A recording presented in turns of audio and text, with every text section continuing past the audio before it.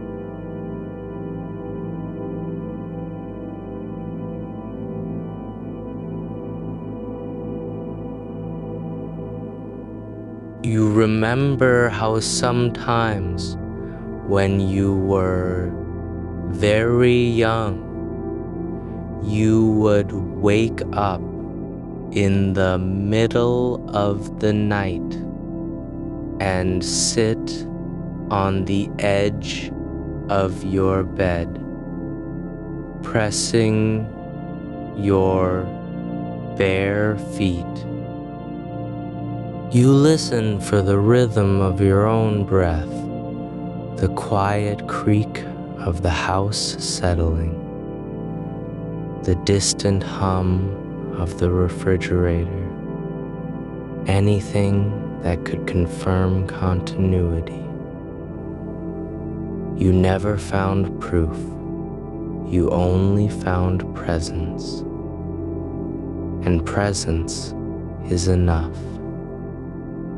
Not because you loved its design or remembered who gave it to you, but because putting it on felt like coming home.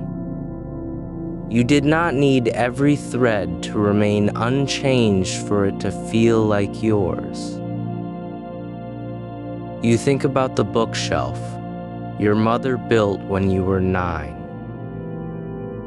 3 uneven shelves held together with nails. She drove in by hand.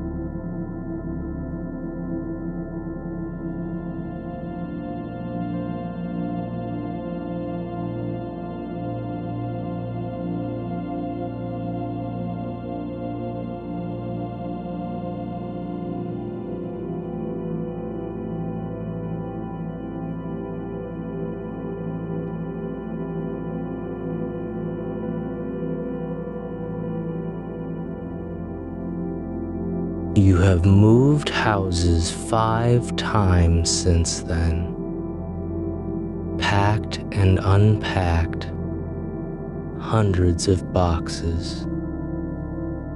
No one else would call it stable, but you know its balance. You have learned to live with its tilt. You think about the walk you took every afternoon after school along the same path, past the bakery with the bell that rang when the door opened, past the oak tree whose roots cracked the sidewalk in a pattern no one ever repaired.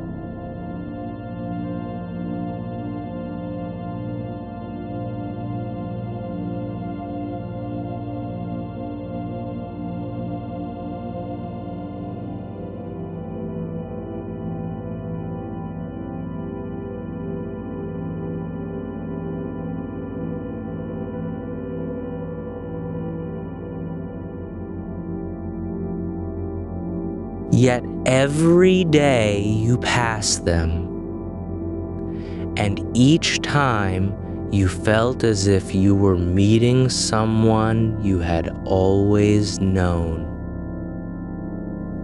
Not because you remembered the person who carved them. You think about the way your hands have changed. The knuckles are larger now, the skin thinner over the backs, veins more visible like blue rivers on pale land. You used to press your palms together when you were nervous. A habit from childhood, something you did without thinking. Now you do it less often. But sometimes, in quiet moments, your fingers still find each other.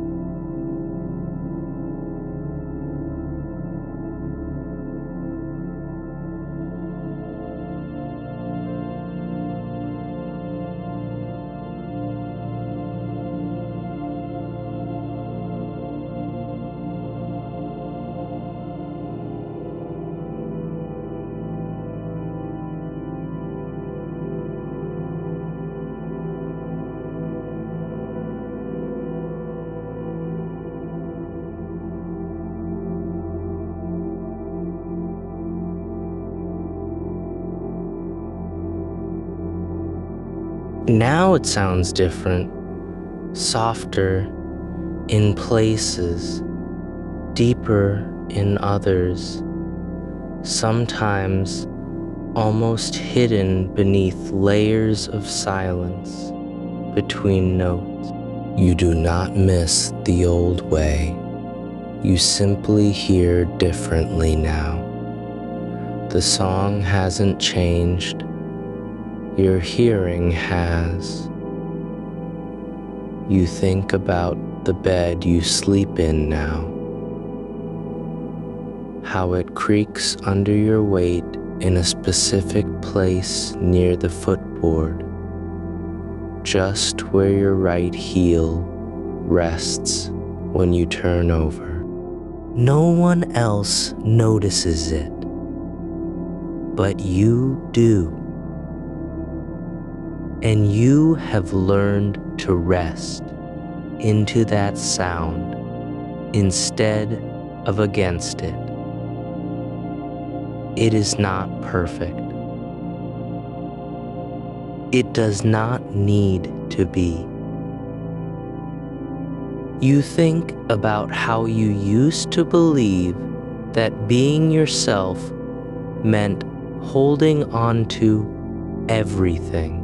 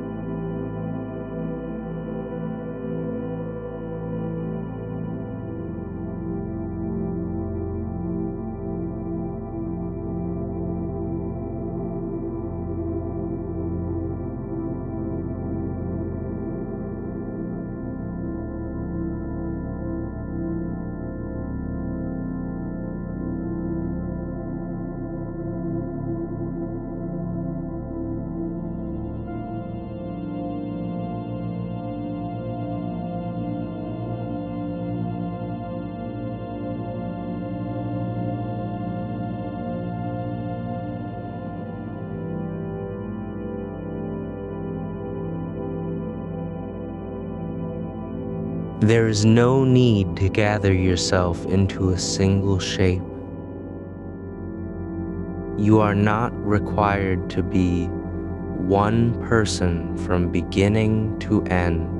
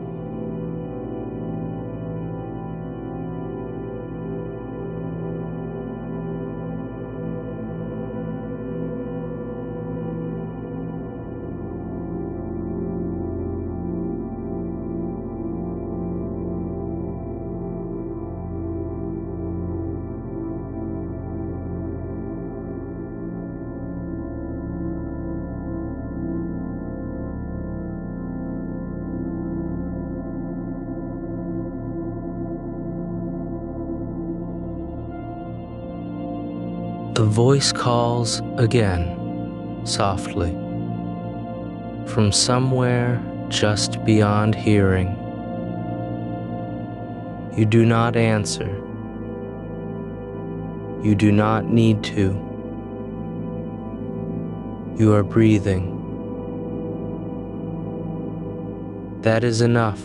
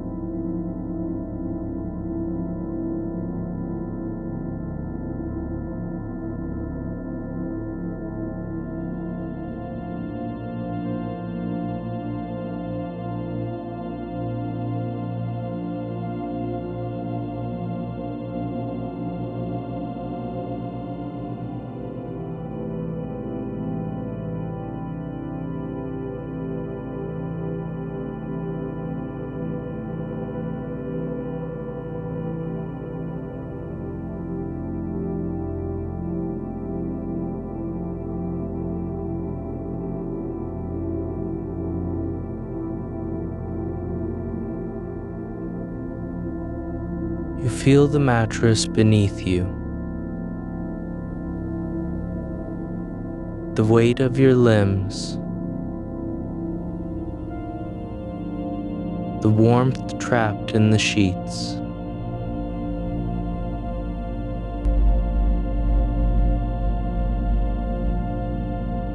Ordinary things, unchanged.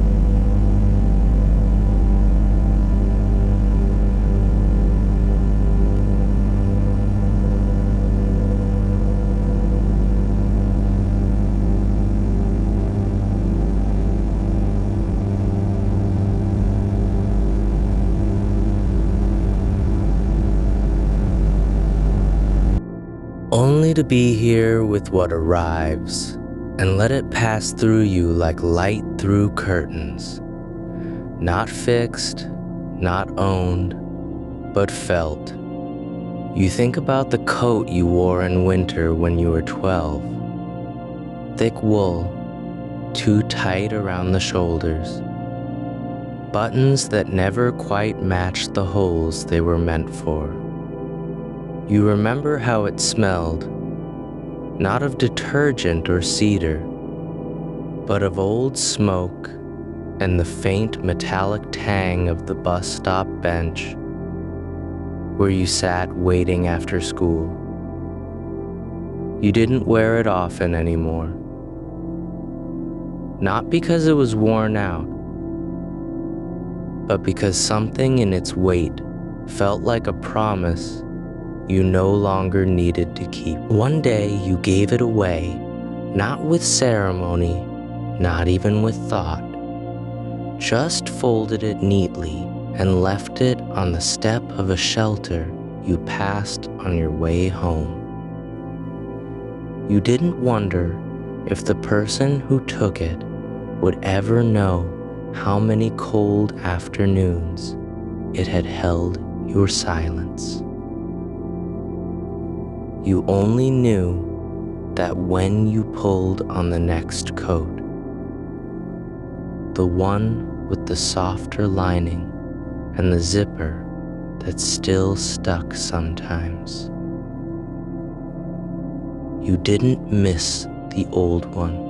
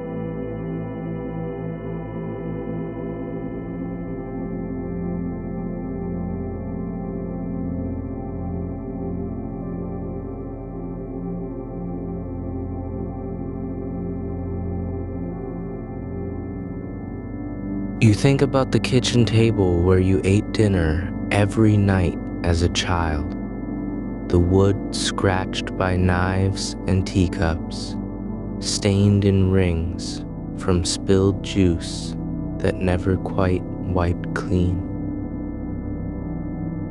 You remember the way the light fell across it at 5:30, golden and slow. You eat alone most nights. Sometimes you turn on a record just to hear the faint crackle before the music begins. It isn't the same hum,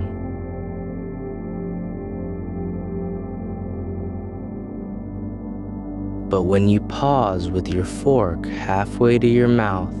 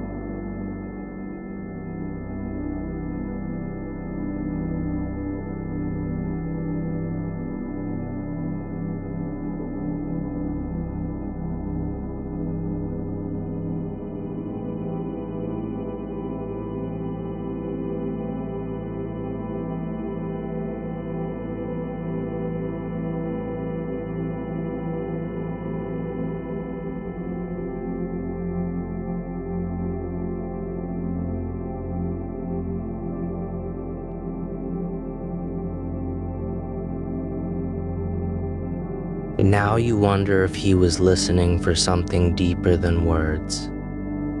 If he heard the trees breathing in time with his steps, or felt the earth soften beneath him like a slow exhale.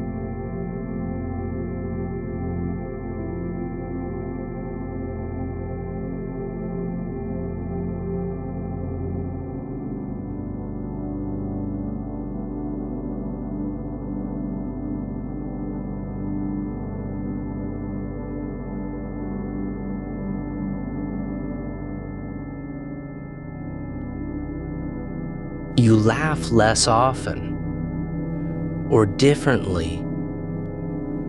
A quiet exhale through the nose, eyes closing just for a second before opening again.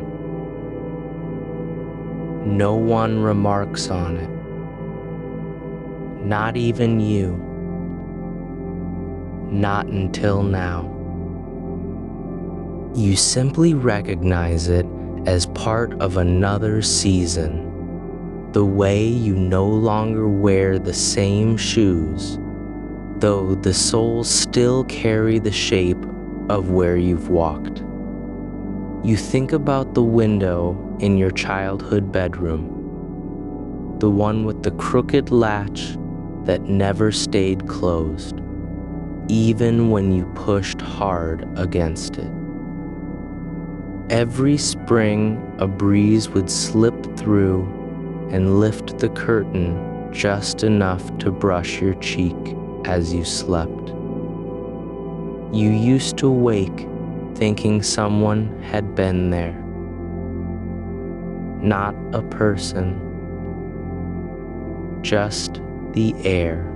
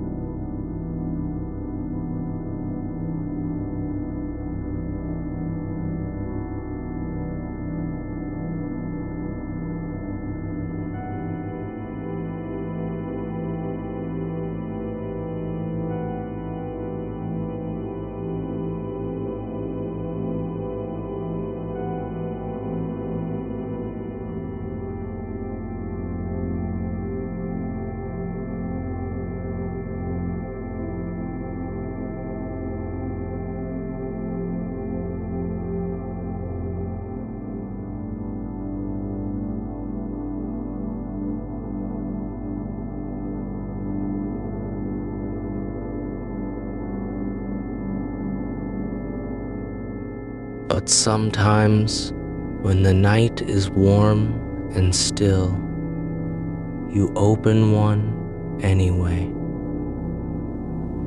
Not because you need the breeze, but because you remember how it felt to be touched by something that didn't know your name.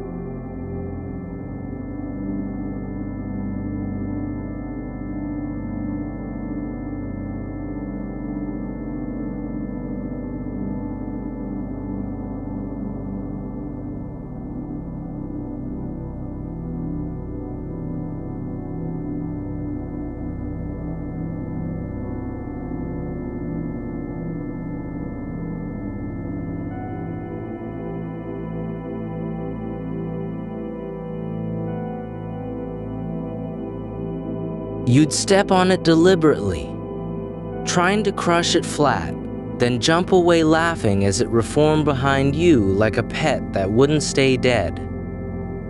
Now your shadow is shorter, denser, always there but never demanding attention. You hardly notice it unless you're walking alone at dusk, and even then, you don't chase it anymore. It follows without complaint. You wonder if it remembers the boy who tried to kill it with his heel, or if it's simply content to be what it is, a dark echo of light, never whole, never separate. You think about the spoon you used to stir your tea as a teenager, chipped at the rim, handle worn smooth by years of fingers that didn't know they were shaping it. You kept it long after you bought better ones. It didn't brew better tea, didn't hold heat longer. But when you held it, you felt something settle in your chest. Not comfort, not safety, but recognition.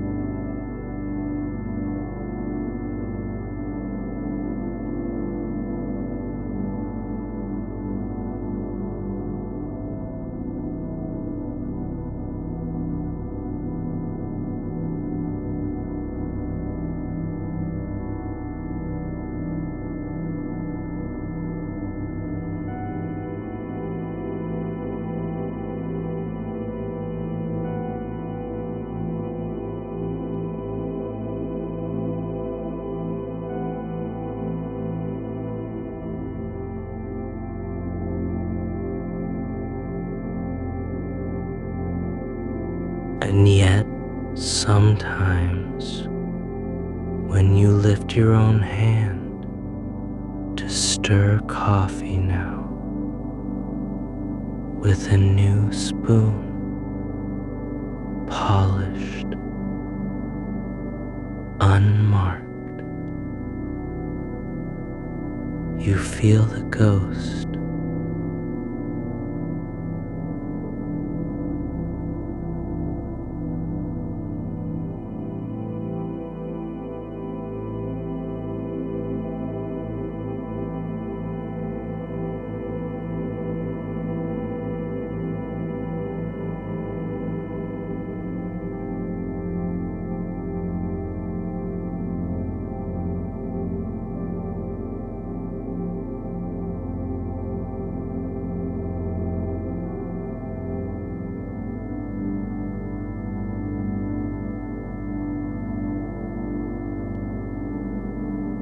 and yet sometimes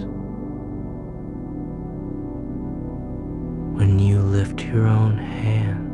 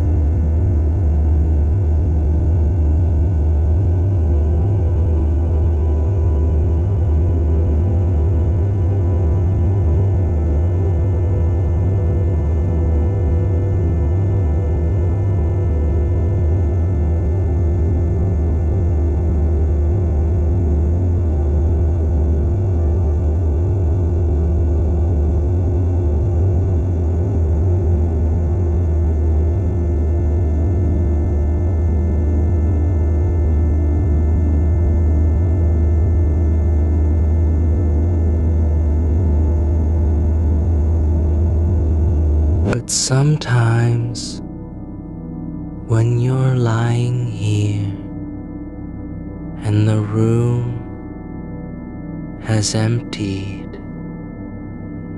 of sound,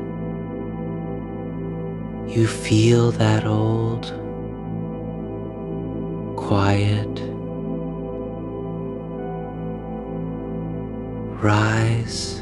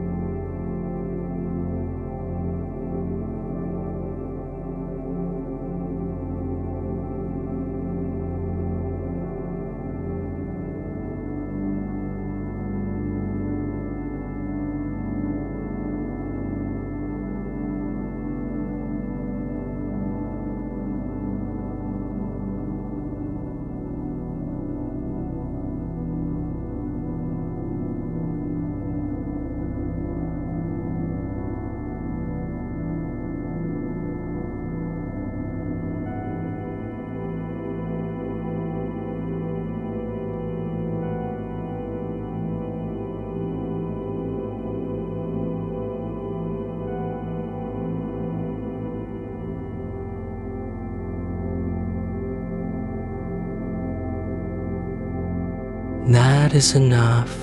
You notice how your fingers sometimes curl just slightly when you're half asleep. Not clenched, not tense, but as if holding something too light to see. It's not a habit you learned. It's more like a posture your body remembers from before language had names for things. You don't recall the moment it began. Maybe it was during a long afternoon when you sat on the floor with a handful of dried leaves,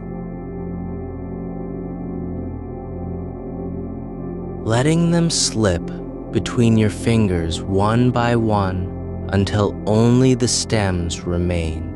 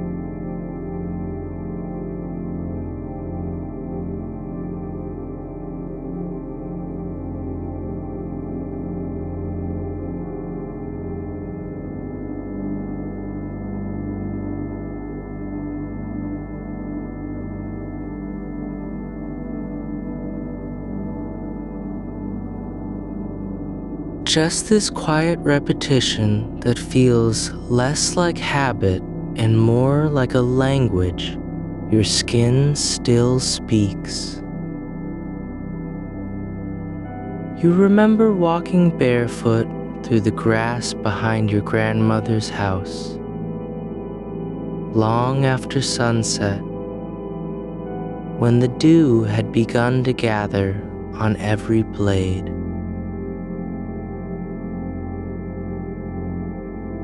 You didn't go there to find anything.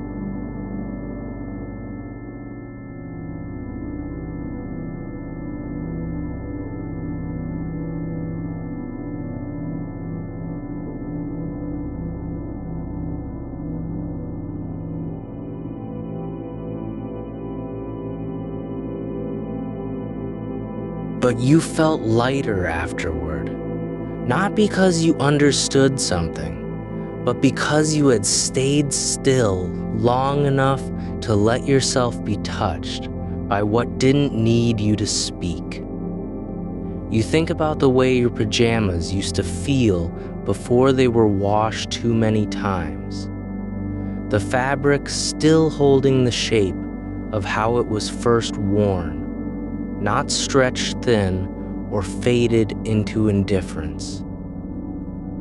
You kept them longer than you should have, not because they were soft, not because they were warm, but because when you slipped them on, something in your chest relaxed, as if it had been waiting for that particular weight against your shoulders. Now the ones you wear are newer, smoother, perfectly made, but they never settle quite the same. You don't miss them. You just notice how some things hold more than cloth.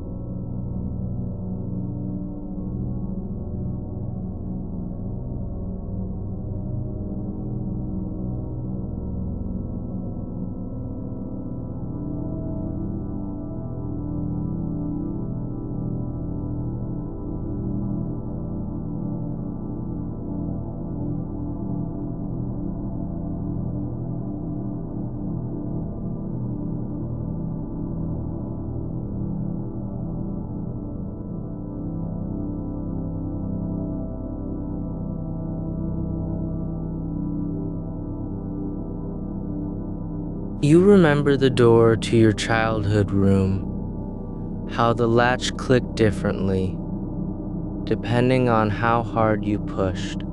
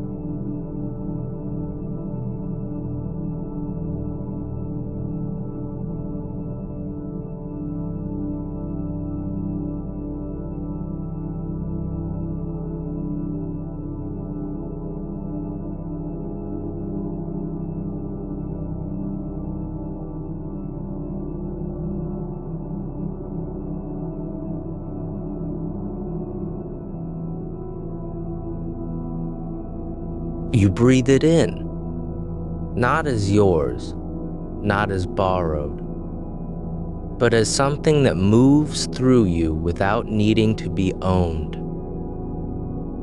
You just learn to look without expecting the same face back. You let your thoughts drift like leaves on water. No destination, no need to catch them before they sink. They don't have to mean anything. They don't have to belong to you. They only have to pass through. The night is deep now. The weight of your body in the bed is neither heavy nor light. It simply is. There's no puzzle here. No riddle demanding resolution.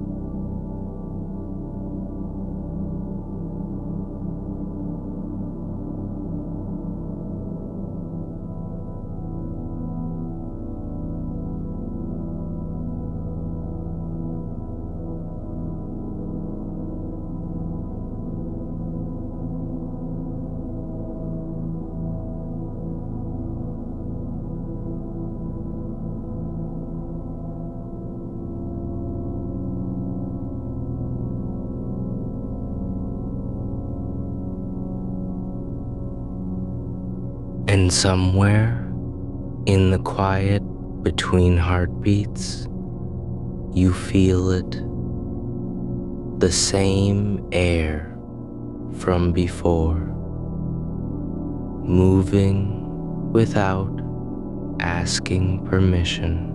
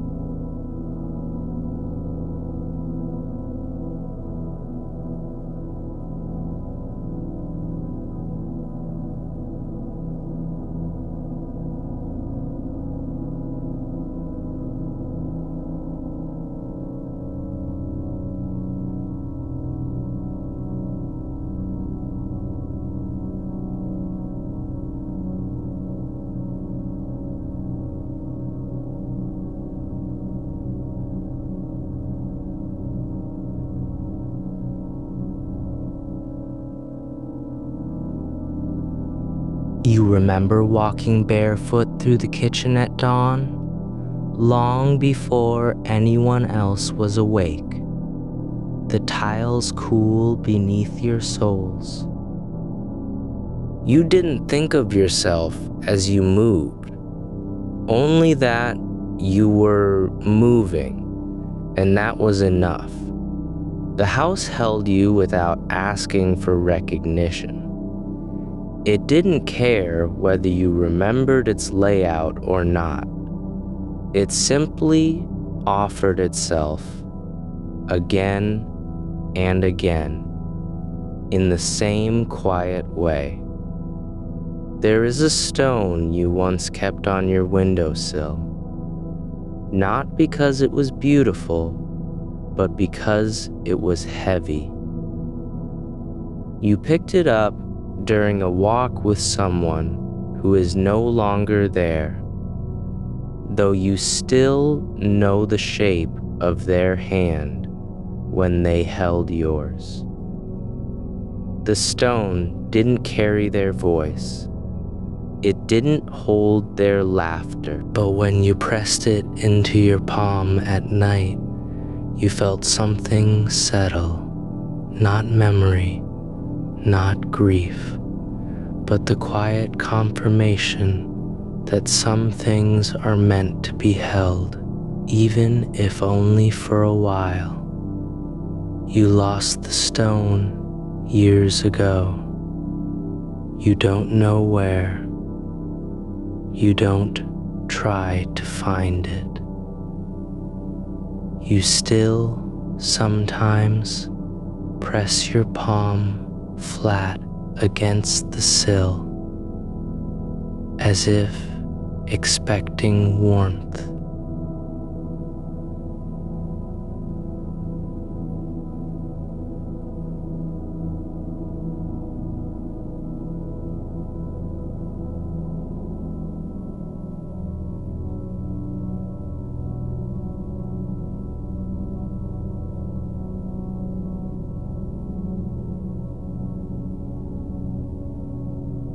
You think about how you used to trace the pattern of rain on glass with your fingertip.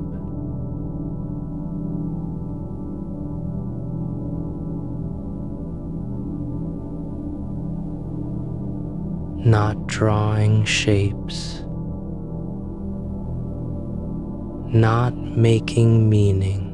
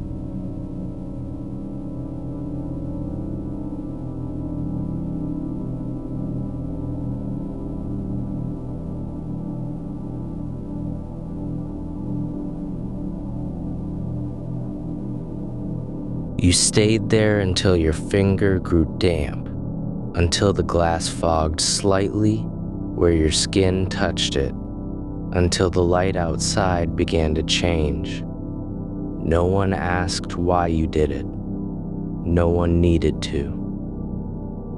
There was a book you read over and over as a child. Its spine cracked open at page 73. The ink smudged in places from fingers that didn't know better. You didn't remember the story. Not clearly, but you remembered how your thumb felt when it slid along the edge of each page. how the paper yielded just slightly before catching again. You never finished it.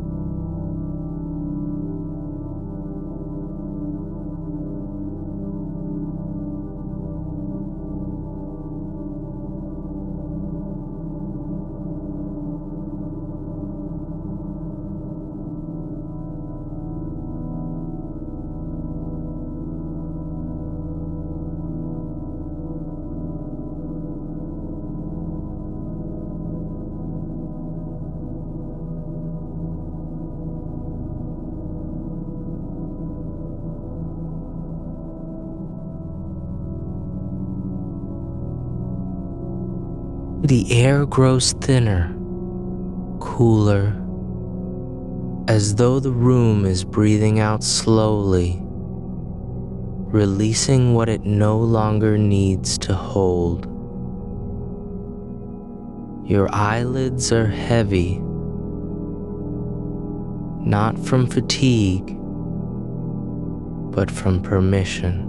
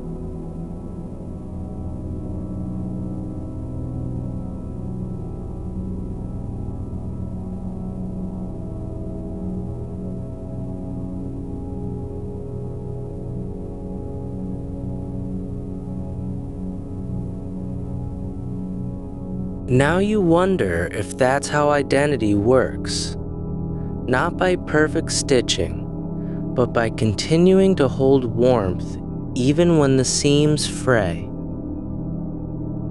You feel the weight of your own breath moving in and out,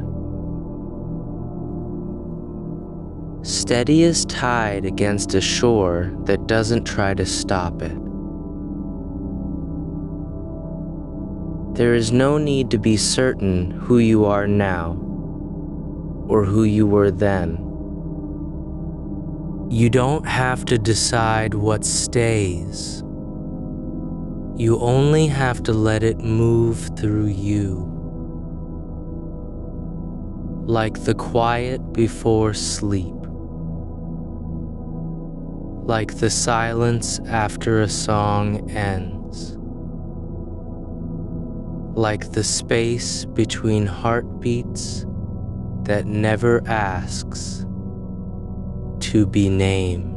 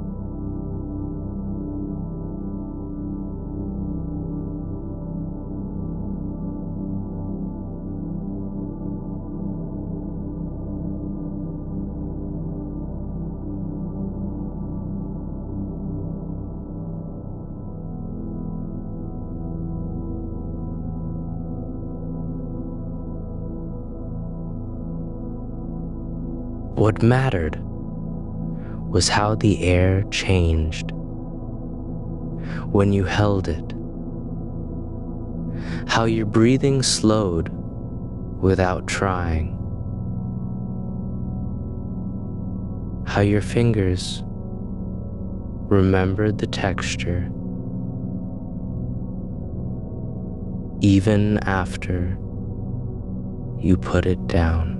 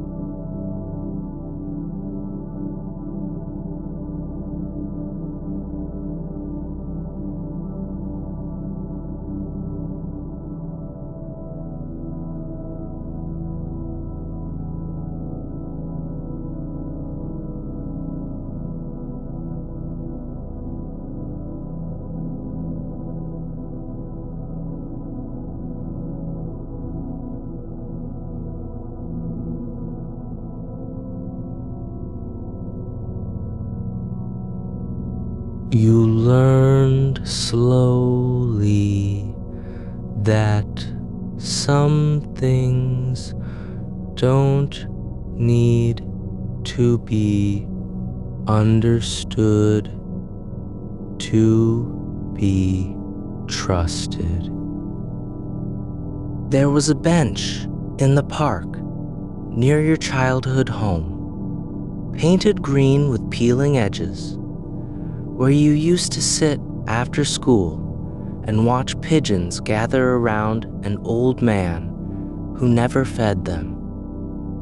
He just sat there, hands folded, eyes closed, as if he were waiting for something that had already passed. You wondered if he remembered the children who once ran past him, or if he simply knew their footsteps by rhythm alone.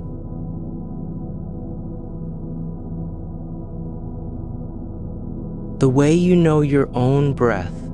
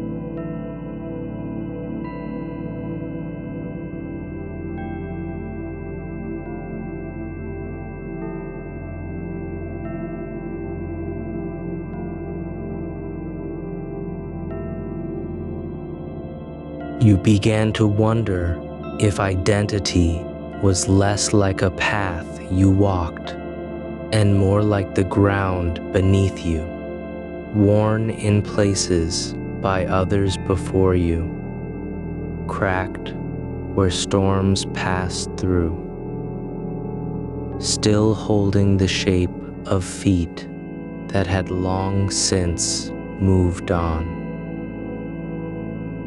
You didn't have to be the same foot to feel the earth remember you.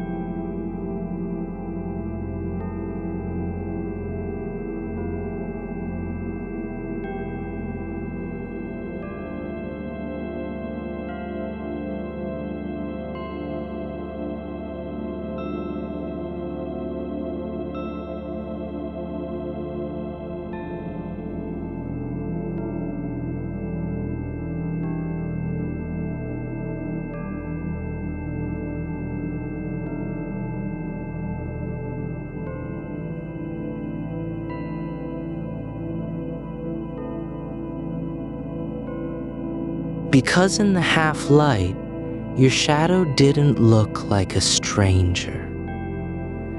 You stopped noticing the way the light caught dust motes until one night, years later, you saw them again floating near the ceiling of an unfamiliar room.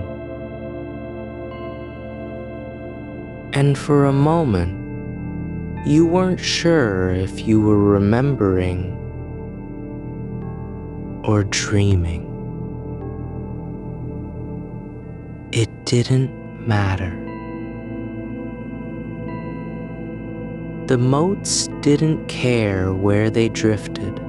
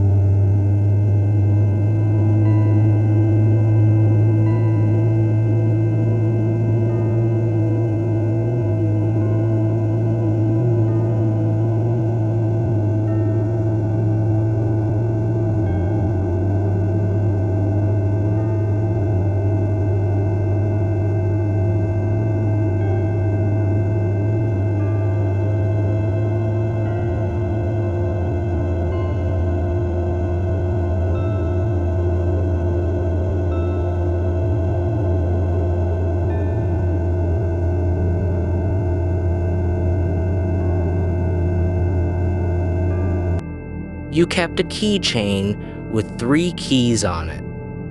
Not for doors, not for cars, but because each one had once opened something small and private. A music box that played out of tune. A drawer in your mother's dresser where she kept letters you never read. A cupboard under the stairs where you hid drawings no one ever saw. You lost 2 of them long ago.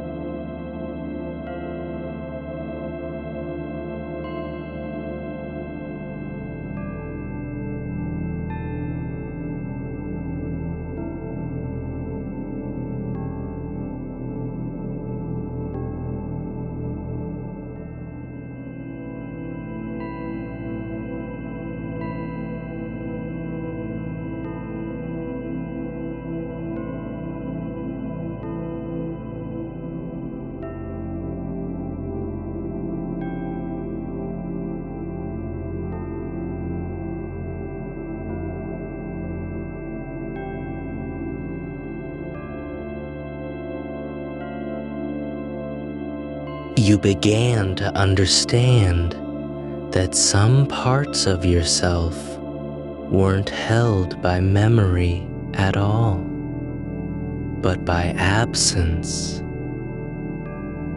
The quiet space where a song once played and now doesn't.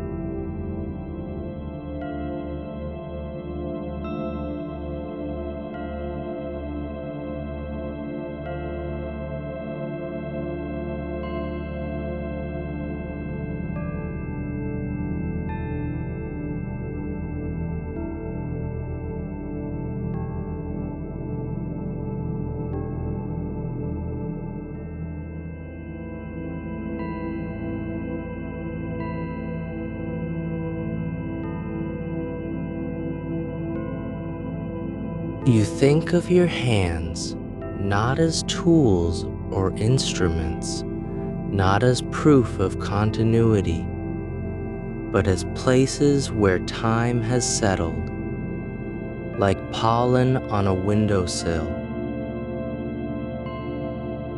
like frost forming slowly on glass. You let yourself be the one who doesn't always know why they pause before walking through a doorway,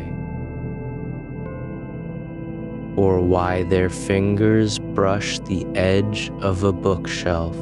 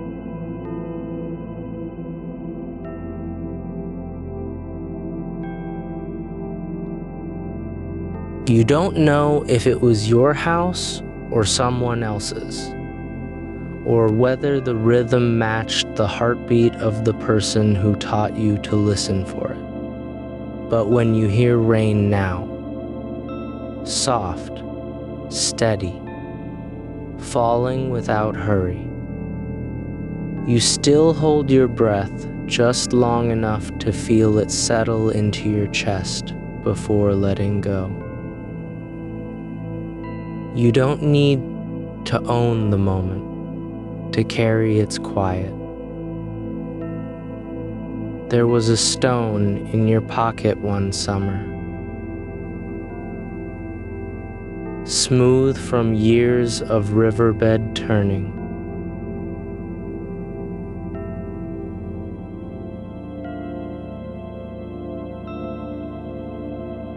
Cool even when the sun burned through the trees.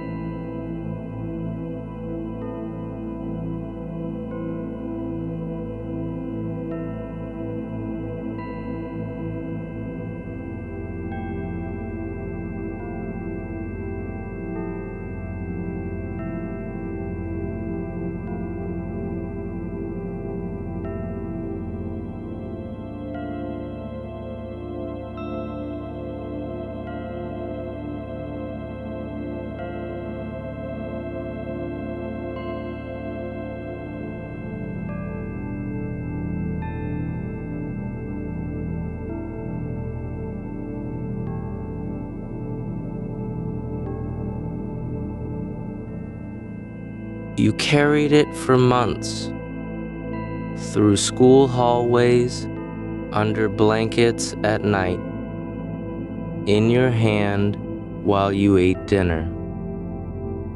And one day, without thinking, you let it slip from your fingers onto the pavement outside the grocery store. You didn't look back. But sometimes,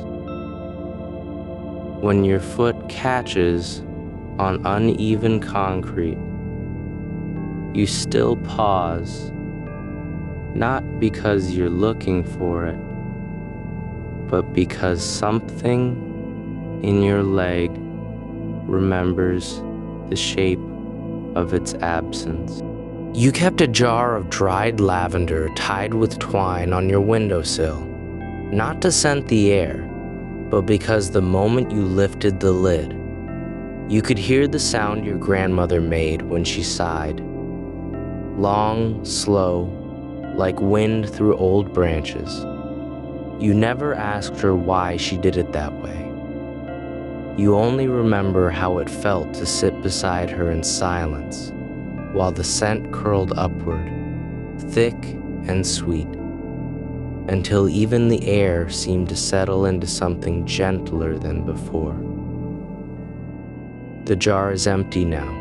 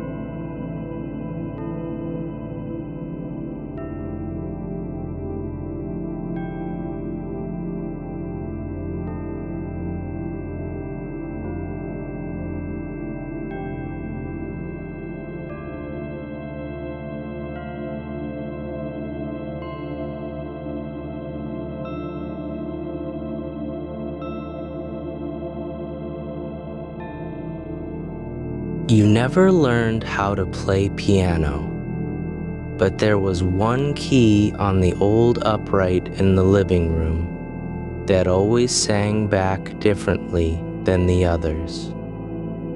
Not out of tune, just softer, as though it held a note no one else ever noticed. You would press it while pretending to practice scales, just to hear it breathe. You didn't know if it was broken or blessed.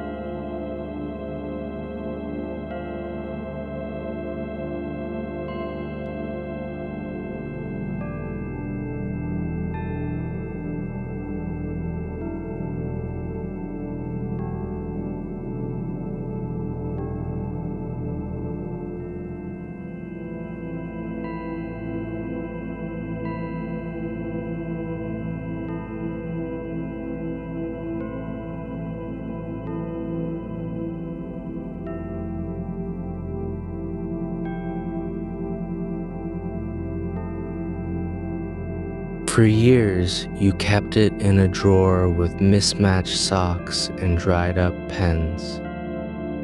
Then one morning, without meaning to, you slipped it on while reaching for your keys. The hands hadn't moved in 7 years, but the mechanism still hummed. There was a bench beneath the maple tree where you used to sit after school. The wood worn smooth by knees and elbows, and long afternoons spent watching clouds drift like thoughts too heavy to name.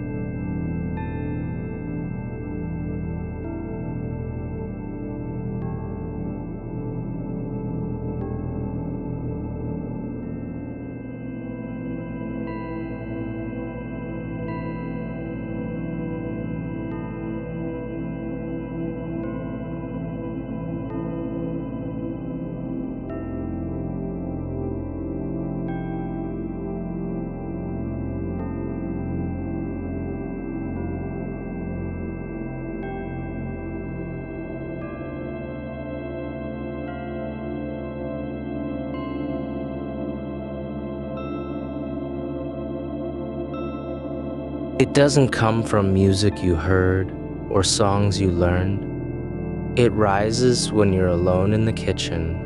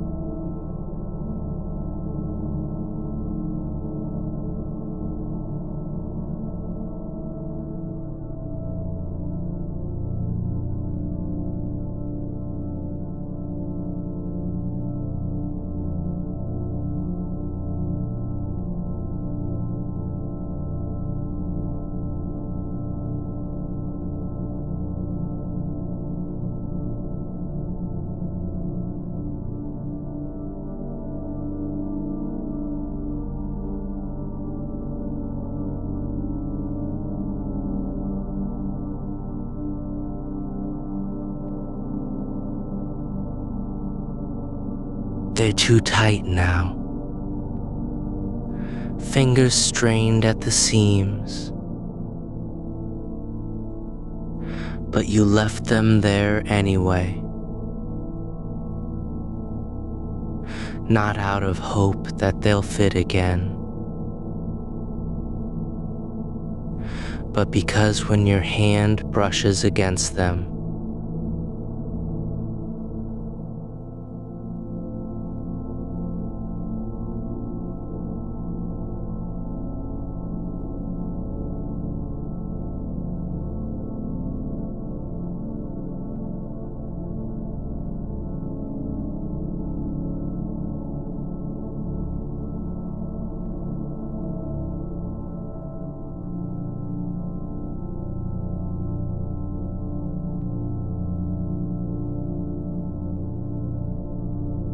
just following the trail of your own breath in front of you. The night leans further into itself now, slower than before, softer at the edges, like fabric unraveling gently.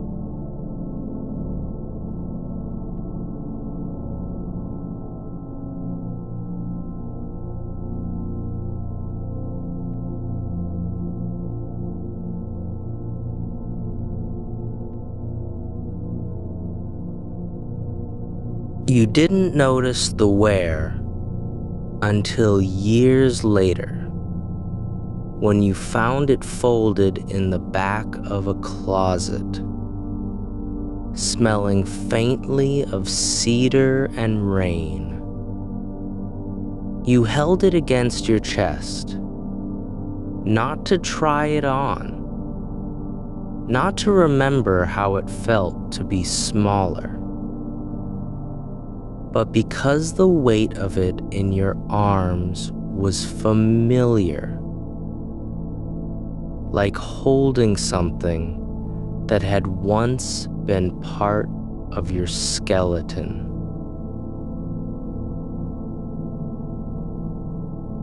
You never wore it again.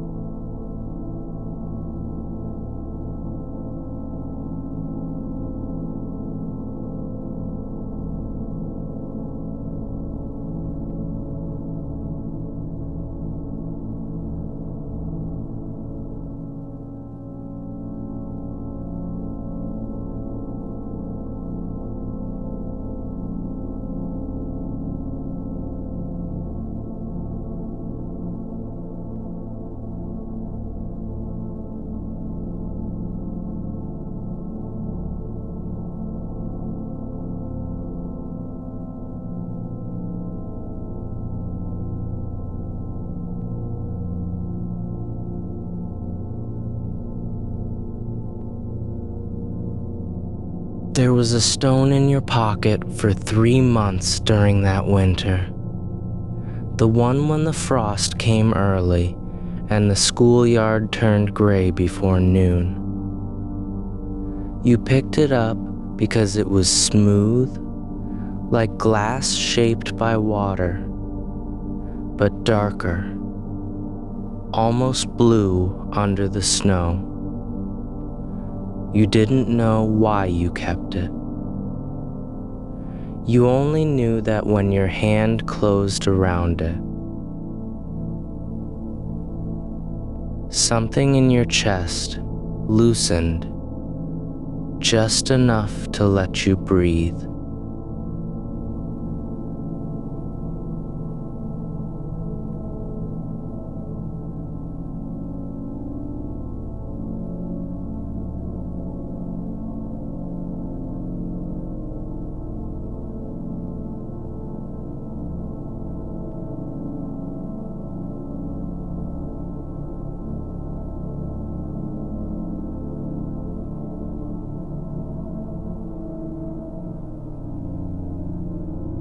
We sent for cop down command. One morning, you reached into your coat and found nothing there.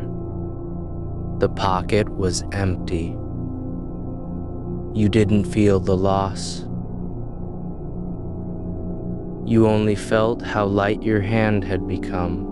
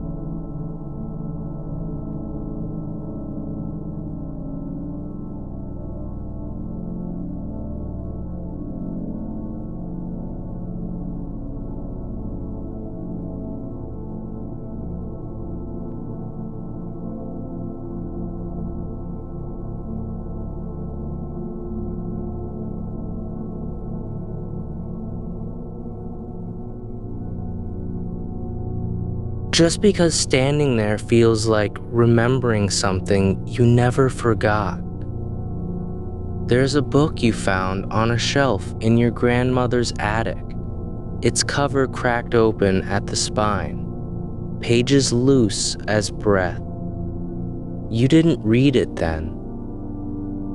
You only ran your fingers along the edges of each page, feeling how some were thinner than others, how certain words had been pressed deeper into the paper by time or touch. There was no title, no author, just sentences that never quite finished.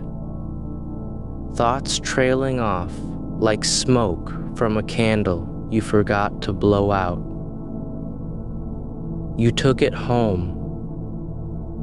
You kept it on your nightstand for years. Then one day, you didn't see it anymore. It wasn't thrown away. It just vanished, as if the book had decided it was done being remembered. You don't miss it. You only notice now that when you turn off the light, your mind sometimes turns pages in silence. There is a scarf you wore once on a train ride through the mountains. Thick wool, faded green, threaded with silver fibers that caught the light like distant stars. You didn't buy it. Someone gave it to you, but you can't remember who. It smelled of pine and cinnamon, and when you wrapped it around your neck, you felt warm in a way that had nothing to do with temperature. You lost it on the return trip, left behind on the seat, or slipped off without noticing. No one ever returned it. You didn't look for it. But sometimes, in the hush between breaths, you catch the faintest trace of that scent. Not in the air, but inside your lungs, as if it had settled there and never left. There is a window you used to press your forehead against when you couldn't sleep. The glass was cold enough to make your skin tingle. And outside, the street lamp flickered just once every 12 seconds. Never more, never less. You would count the gaps between its glows, letting each silence stretch longer than the last. You didn't do it to pass time. You did it because in those pauses, you could feel yourself becoming quieter. Not disappearing, but settling into something deeper than thought. You still find yourself staring at lights when the night is long, waiting for that rhythm to return, even though you know it never will.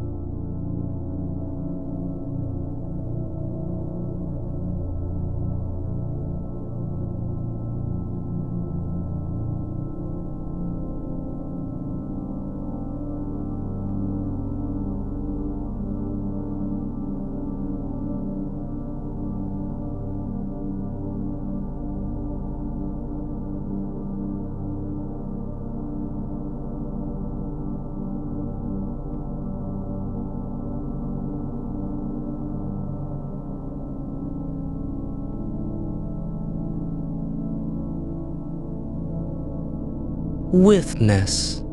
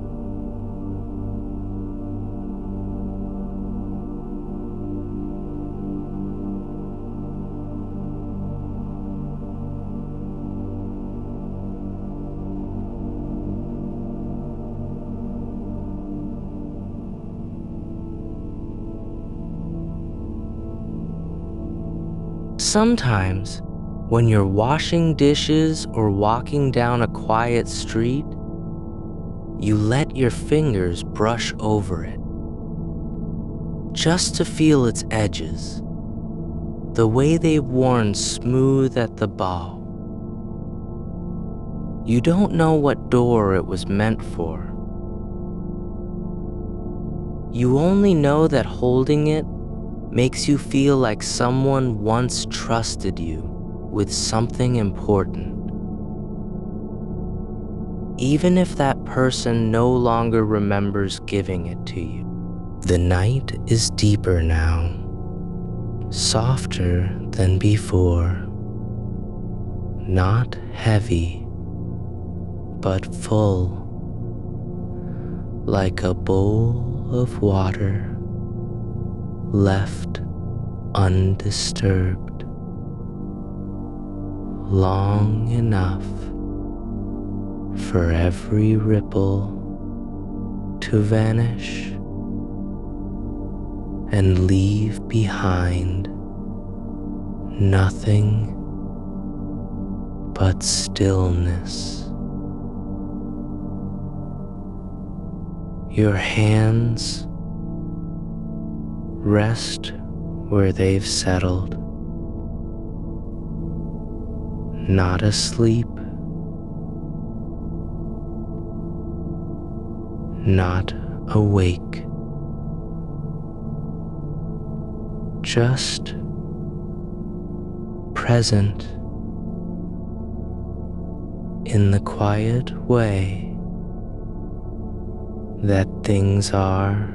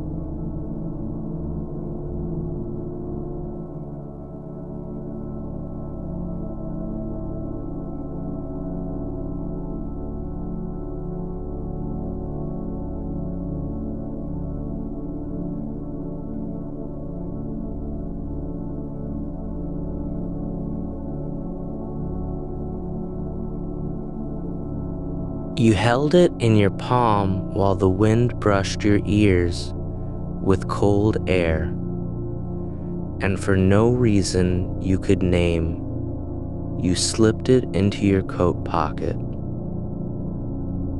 It never left you after that.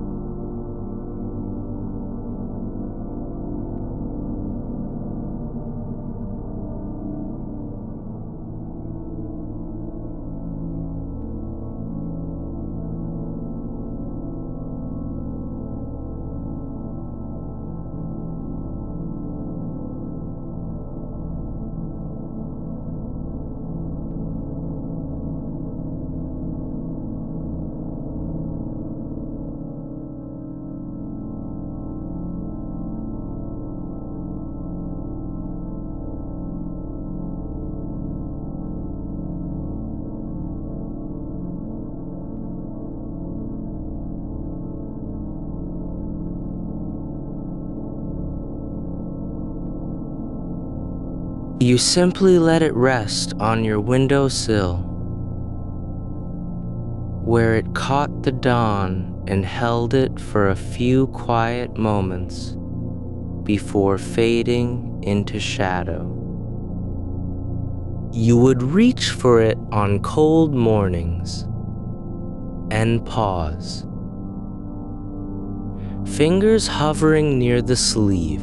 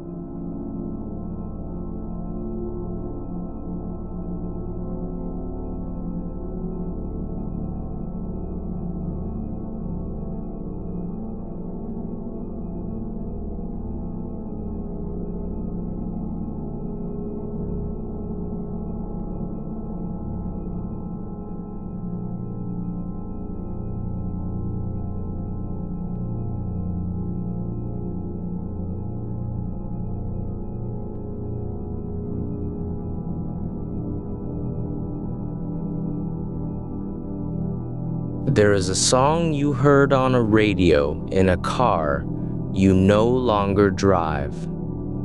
A melody that didn't mean anything when you first heard it, but somehow settled into the hollow behind your ribs and stayed there.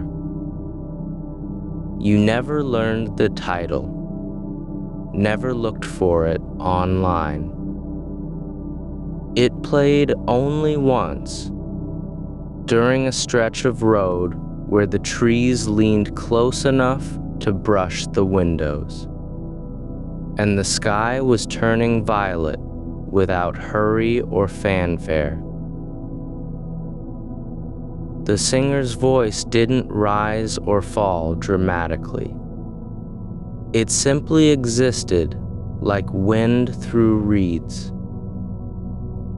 You hummed along half-consciously, not because you knew the tune, but because it felt right to move your lips that way. Years later, on a night when everything else was silent, over time, your body adjusted to its angle as naturally as breathing. When you moved out of that house, you left the chair behind. The new one is softer, quieter, perfectly balanced. But sometimes, when you sit down, your spine still shifts slightly to the right. Not because it's necessary, but because muscle memory holds what thought has released. There was a drawer in an old dresser where you kept things without ever opening them. Small objects with no name or purpose. A button from a child's jacket. Half a postcard showing only sky and sea. 2 dried petals pressed between tissue paper.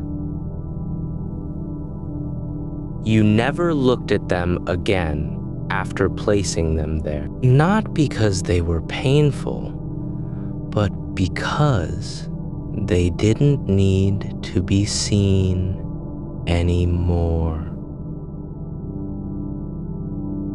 They simply needed to exist in the dark, quiet space of wood and dust.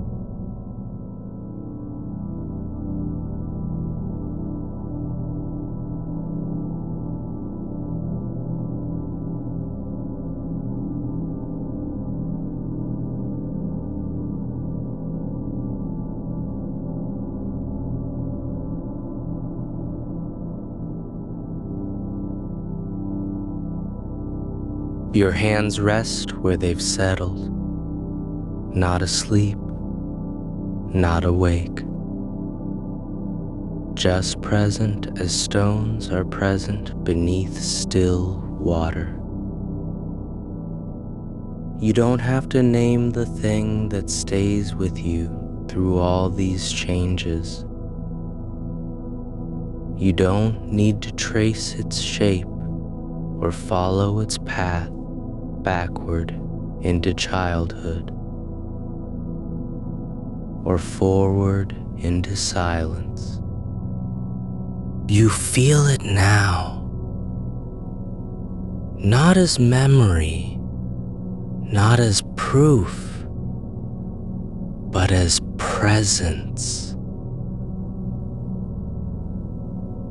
Like the echo of footsteps you didn't hear when they happened. Like the coolness of that stone still resting against your skin.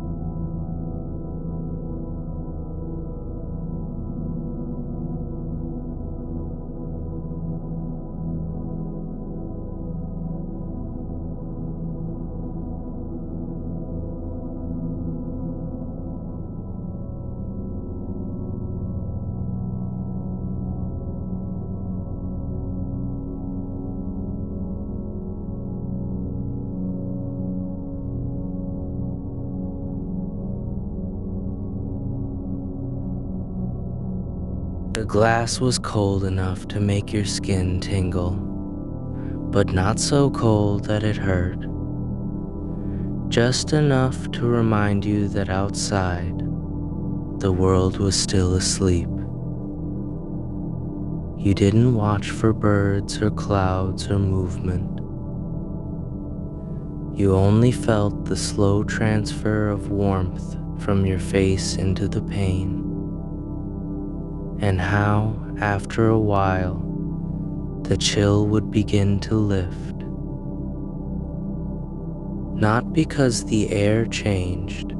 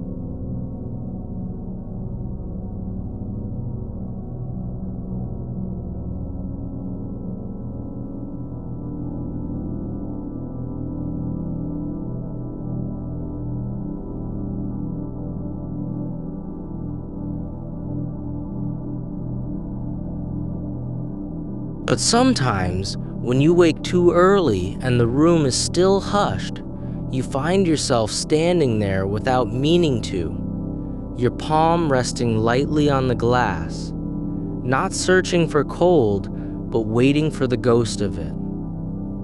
You once kept a small wooden box under your bed, painted with faded blue flowers that had long since lost their sharpness.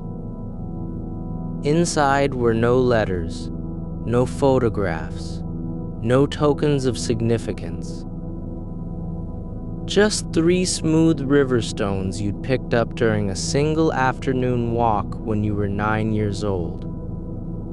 You didn't remember choosing them. You only remembered the way they felt in your palm. Each one different.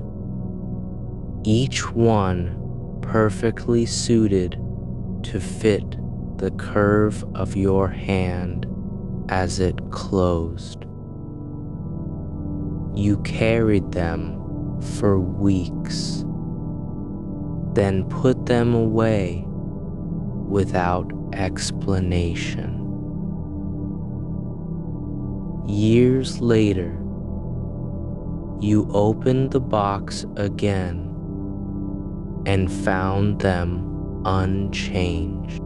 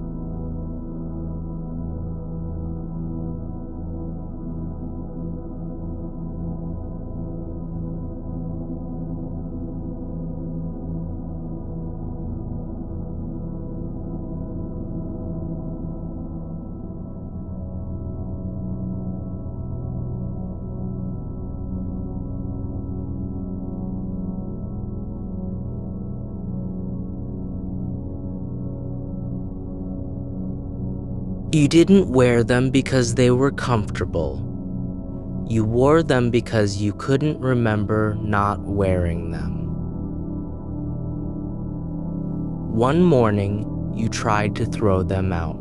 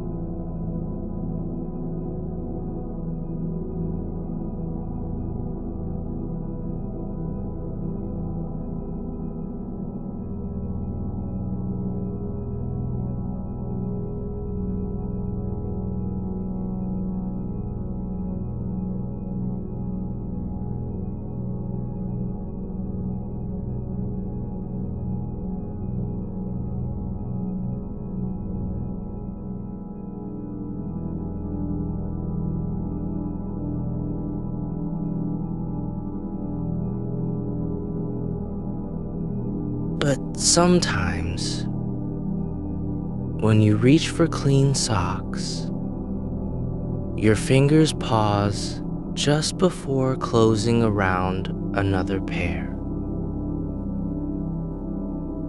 as if part of you is waiting to see if they'll be missed. You weren't thinking about time or growing up or who you would become.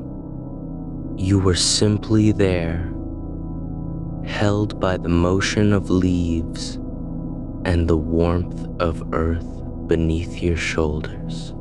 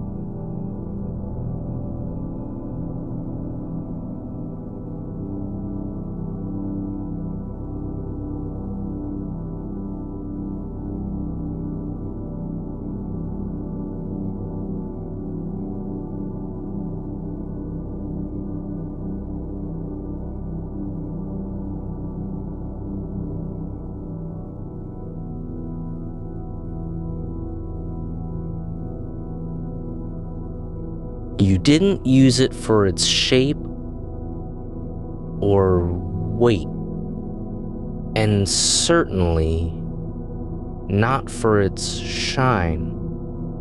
You used it because the handle had worn smooth in just one spot, the exact place where your thumb always rested.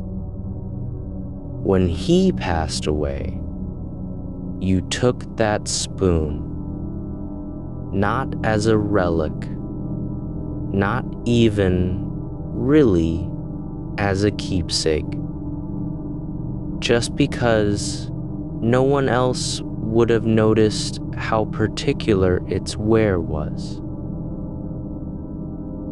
Now, when you stir tea, you let the spoon rest against the side of the cup for longer than necessary.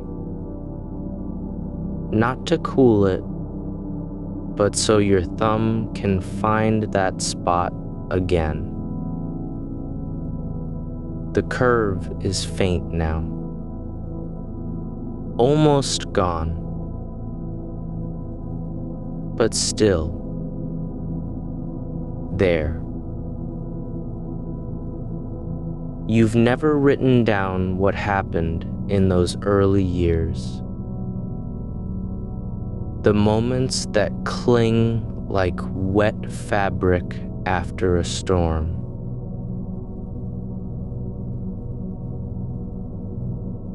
You don't need to. They aren't lost. They're simply no longer yours to carry alone. They live now in the way you reach.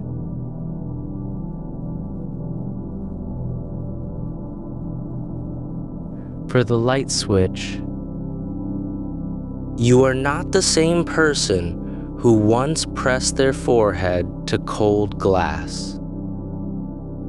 But you are also not someone else. There is no line drawn between them.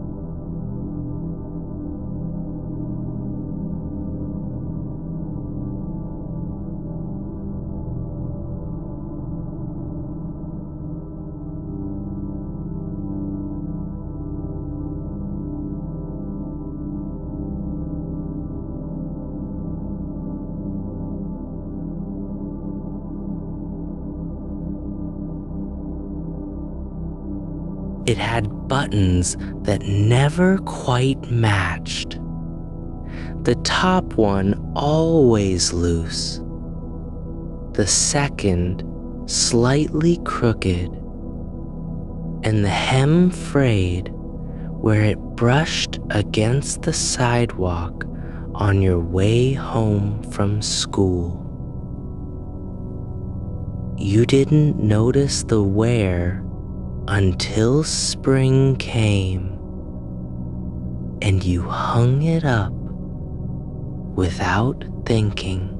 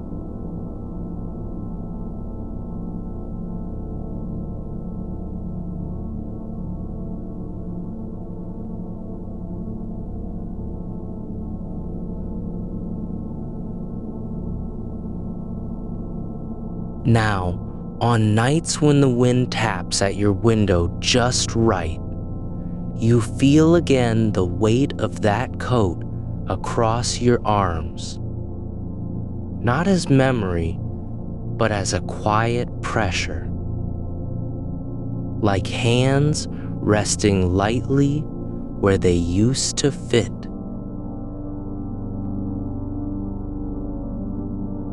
You used to walk barefoot through the kitchen in the early hours before anyone else woke up. The tiles were cool beneath your soles, and sometimes, when the moon slipped between the curtains, just so,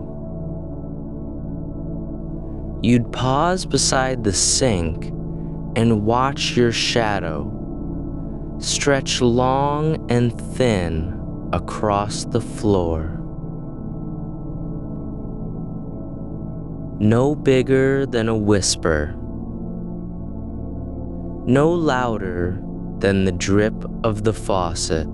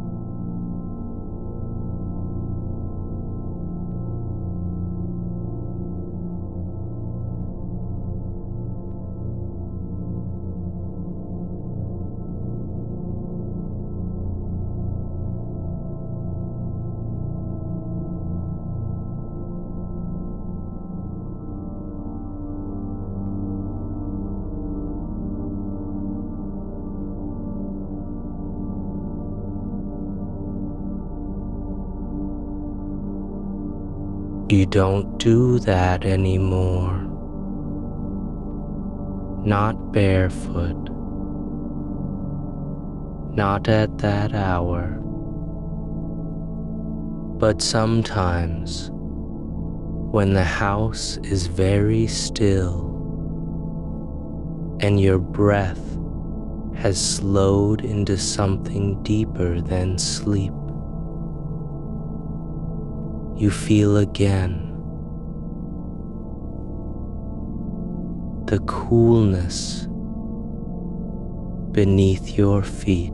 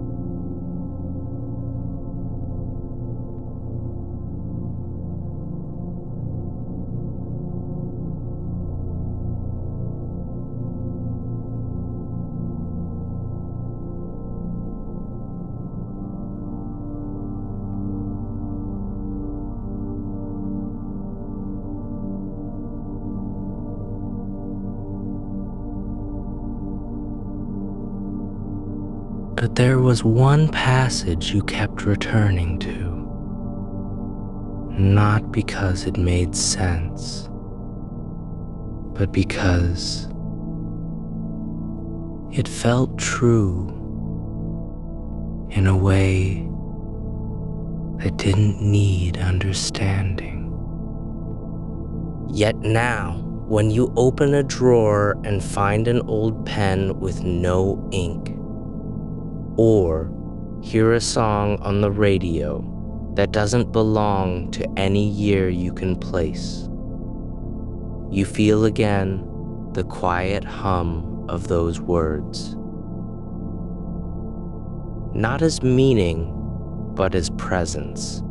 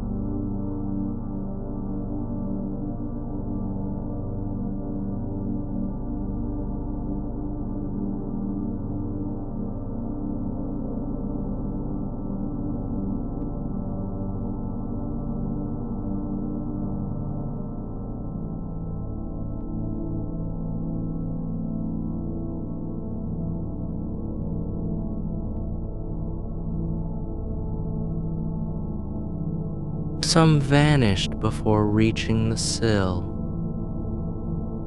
A few lingered just long enough to catch a sliver of light, then slipped away again.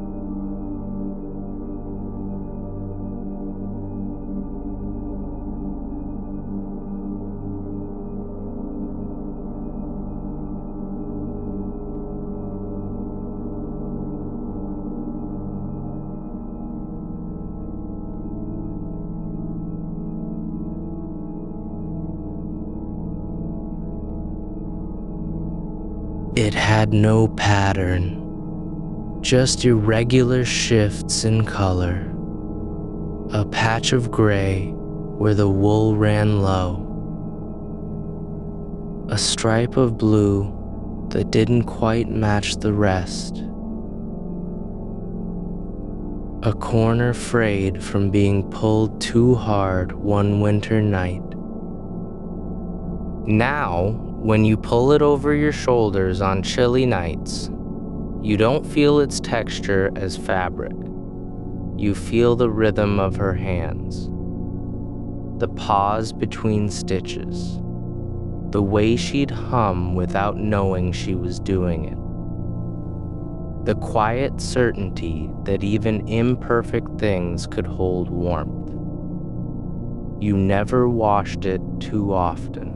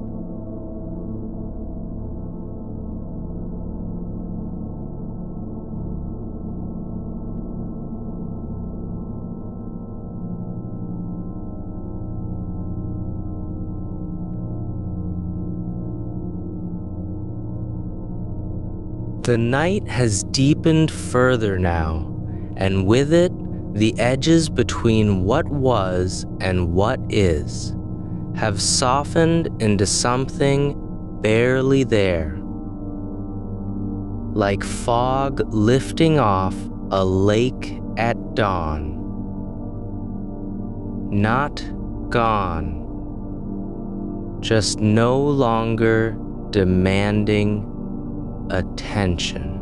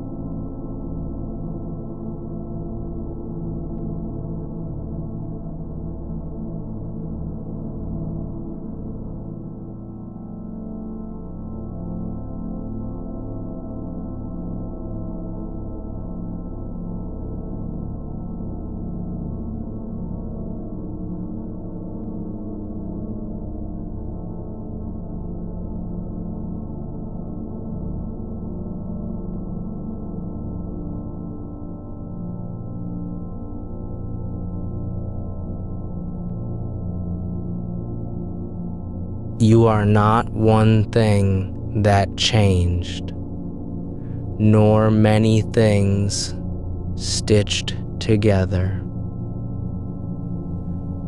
You are simply the quiet space where all those moments still breathe. Softly,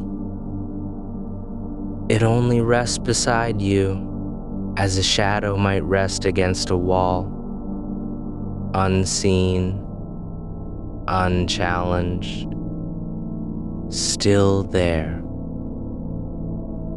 You are not required to be whole. You are not required to be the same.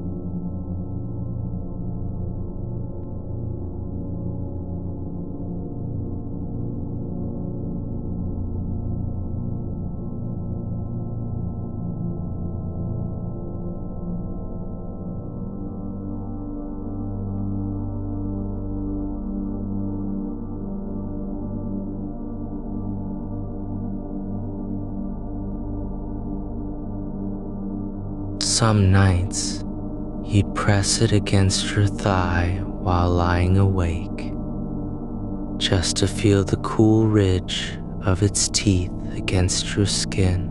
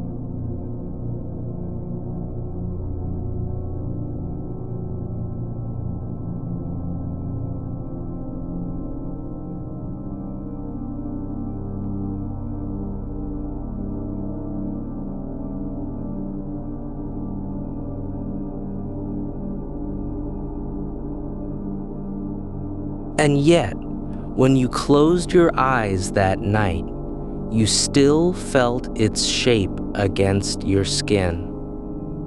Not as memory, but as a kind of quiet knowing. A ghost limb of belonging. You used to keep a single sock in your drawer for no reason at all. It was gray, slightly stretched from too many washes, with a small hole near the heel. No scent left behind by someone who had worn it before. It simply was there, a small rebellion against order. One day, you found yourself reaching for another sock.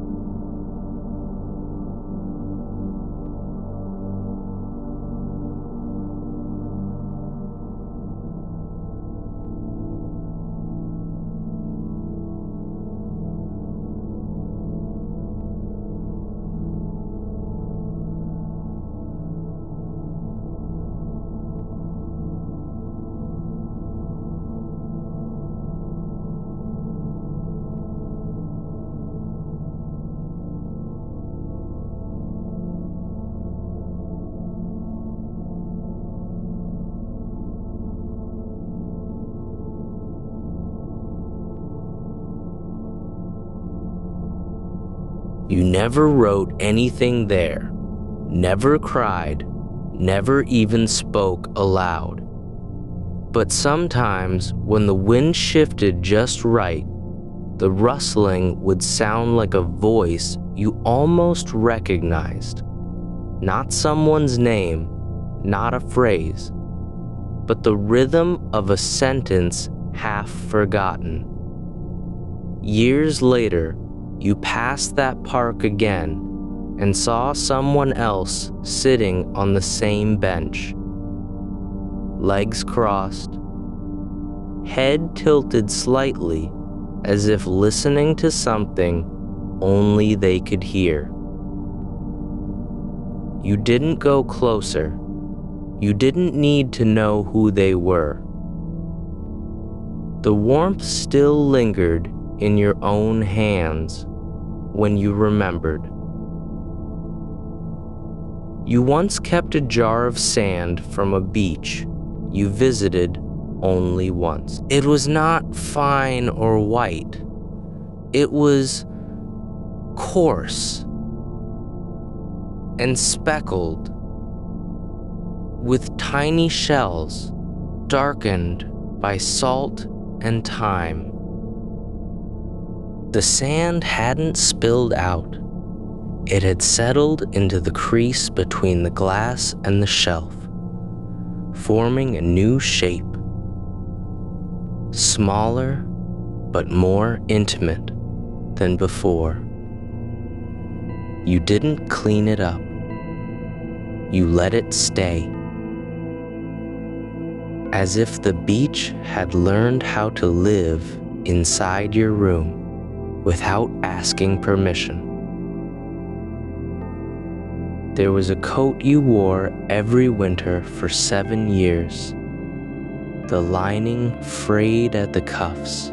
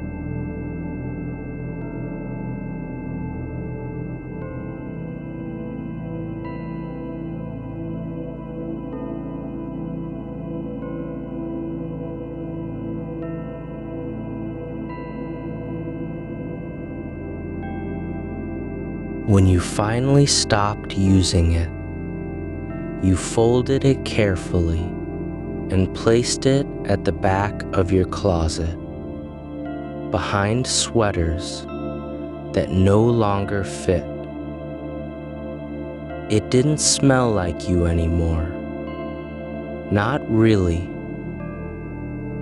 But if you pressed your face against the collar for just a moment, there was still something familiar. Not a scent, but a silence that matched your own. You don't need to hold any of these things to keep them yours. You don't need to explain why they mattered or trace their origin.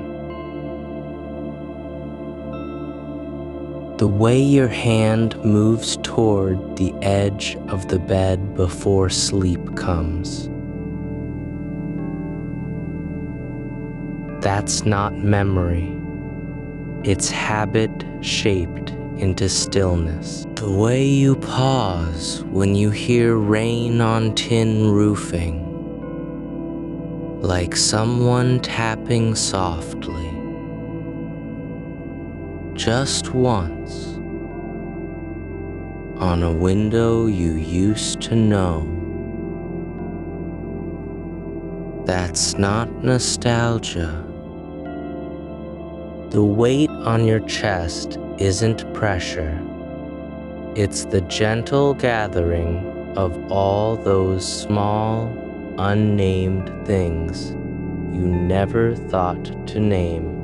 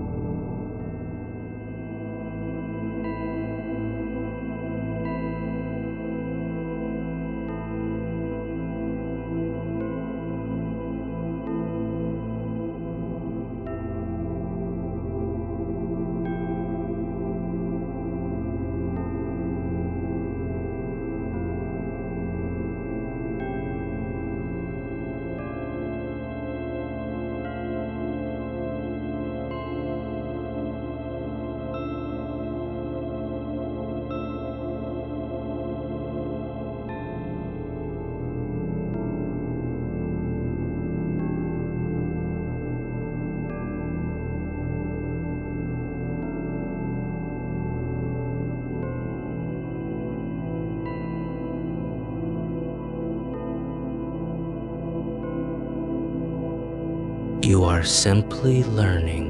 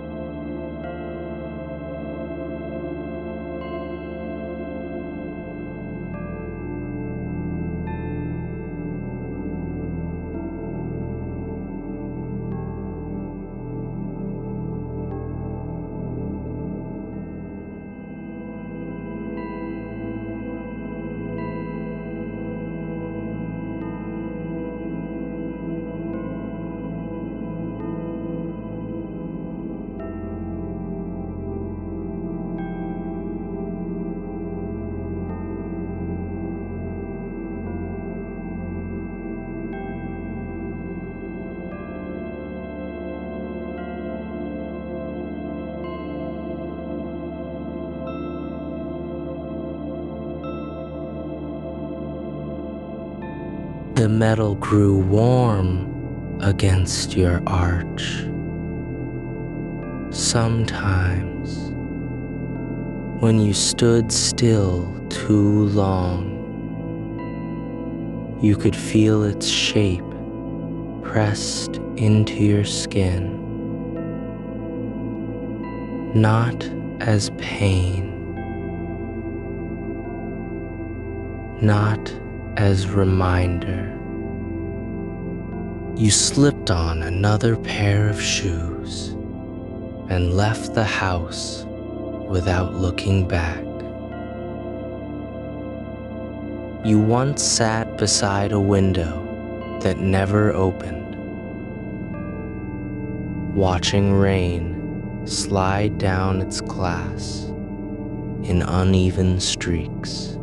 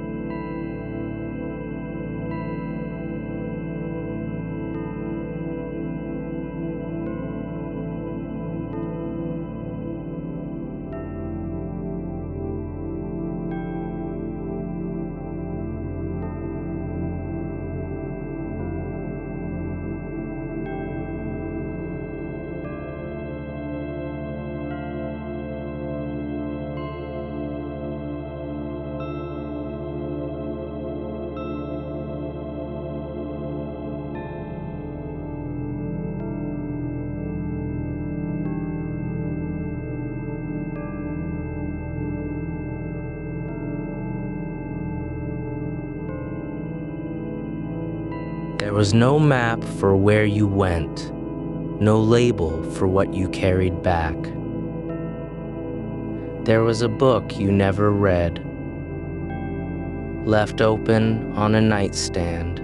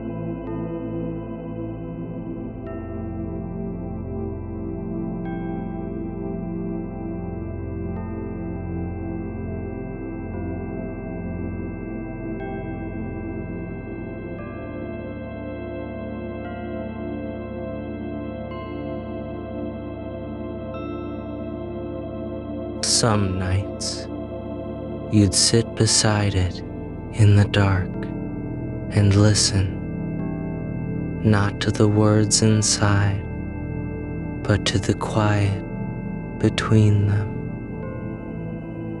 as if silence had its own voice, one that only came when no one was trying to hear. You didn't press the creases hard. You let them rest where they fell, uneven, imperfect.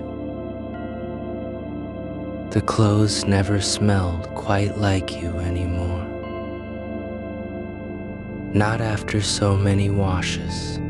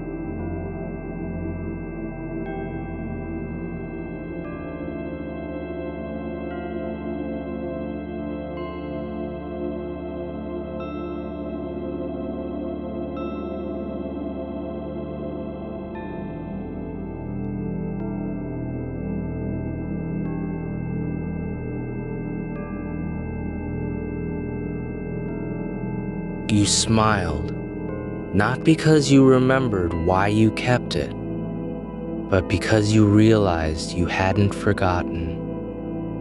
There was a stone in your pocket for a long time, smooth from years of movement, dark as wet earth after rain.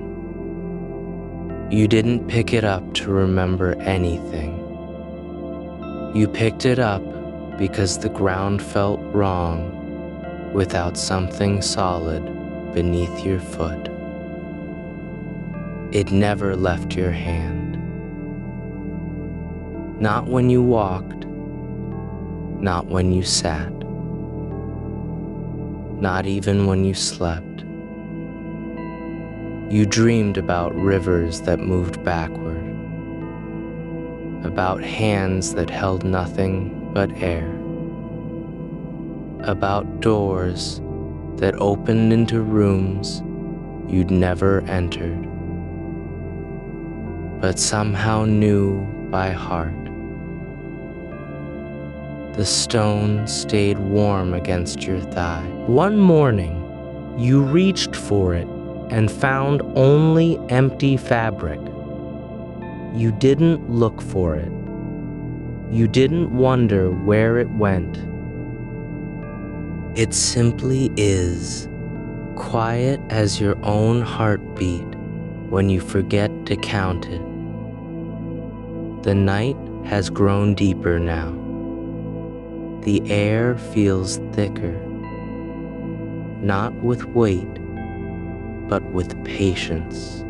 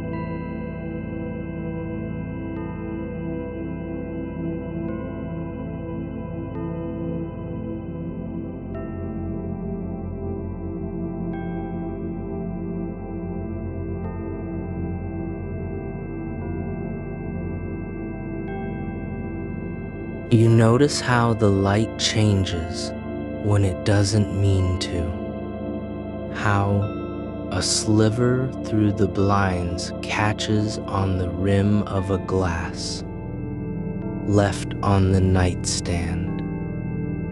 Not as a signal, not as a warning,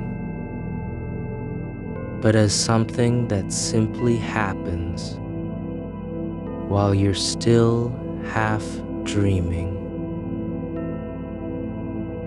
You don't reach for it. You let it sit there, trembling faintly.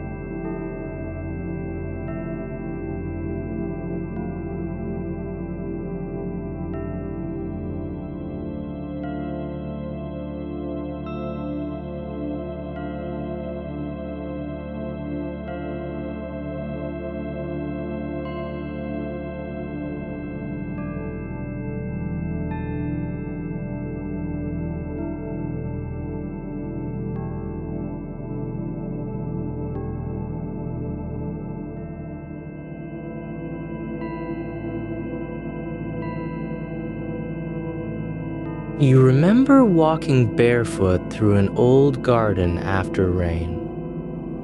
Not because it was beautiful, but because the earth held warmth even when the air had cooled. The grass curled under your toes, damp and alive, each step leaving behind a shape that vanished before you could look back. Later, you found a single leaf caught in the hem of your shirt, curled like a question mark, brittle at the edges, but still green where it mattered. You didn't throw it away. You didn't press it between pages or tuck it into a drawer. You left it there, stitched into the fabric, until the next wash softened it into nothing. There was a book you read once on a train, its cover worn soft by other hands, its pages slightly warped from humidity. You didn't finish it. You stopped halfway through, not because it lost meaning, but because the rhythm of the wheels and the glow of passing streetlights began to feel more true than any sentence could hold. You closed it gently, as if waking someone, and set it on the seat beside you. When you got off, you didn't take it with you. You didn't need to.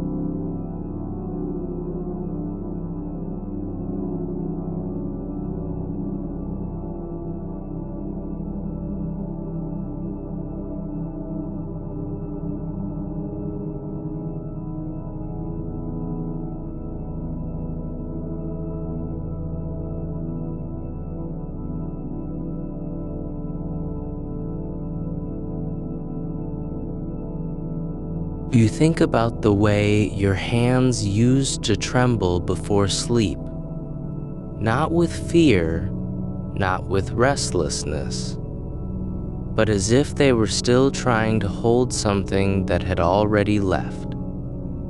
Now, they lie open, relaxed, palms up, as though offering nothing and receiving everything.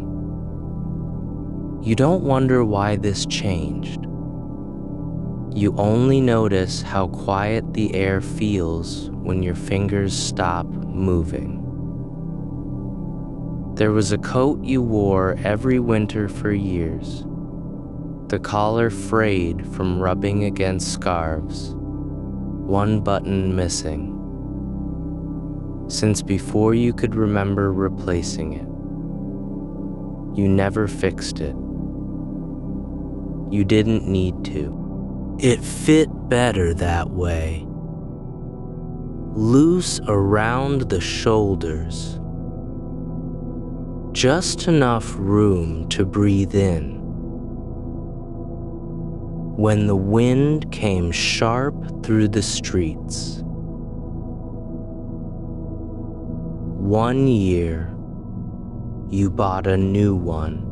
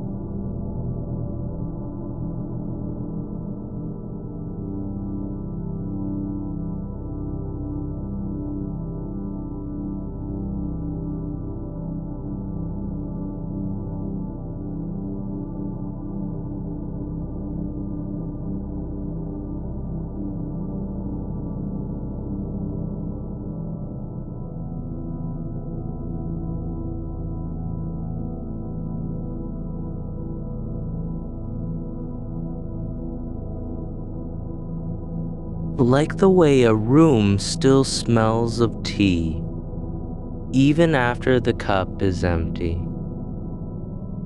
Or how the space beside you on the bed feels different. Not colder, not emptier, but softer. As if someone had just stopped breathing there and left behind the rhythm of their breath in the sheets.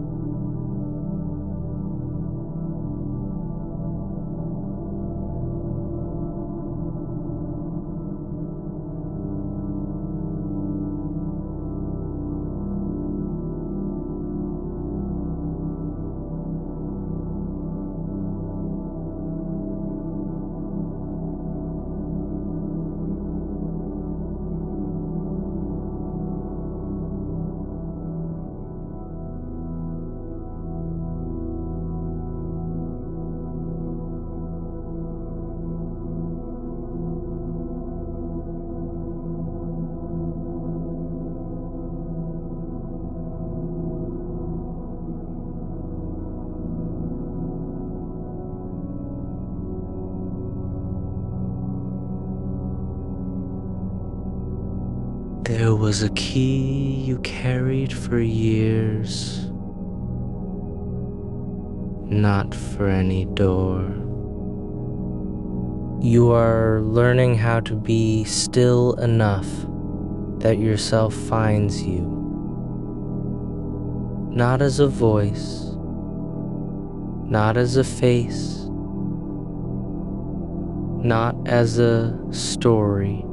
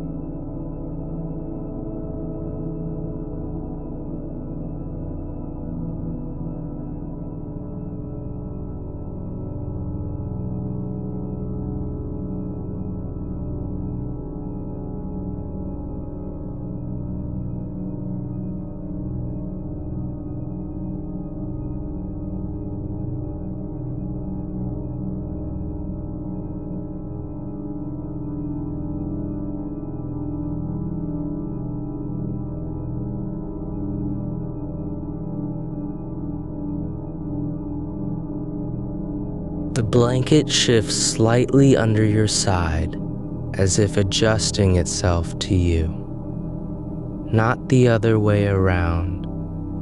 There was a stone you picked up one afternoon by the riverbank, smooth as worn glass, cool even in summer heat. You carried it in your pocket for months. Not because it meant anything, not because you believed it held magic or memory, but because its weight settled into your hip just right when you walked, like an extra pulse beneath your skin. One day, you reached for it and found only fabric, the hole in your coat lining where it had slipped through unnoticed. You didn't search. You didn't replace it. You simply noticed how your step changed. Slightly lighter, slightly slower, as if your body remembered the rhythm of its absence more clearly than your mind ever did. You remember the way the kitchen light used to flicker just before bedtime. Not with fault or failure, but with a quiet hesitation. There were nights you watched it, eyes open, counting the flickers as if they were breaths held too long. Now, when you hear the faint buzz from another room,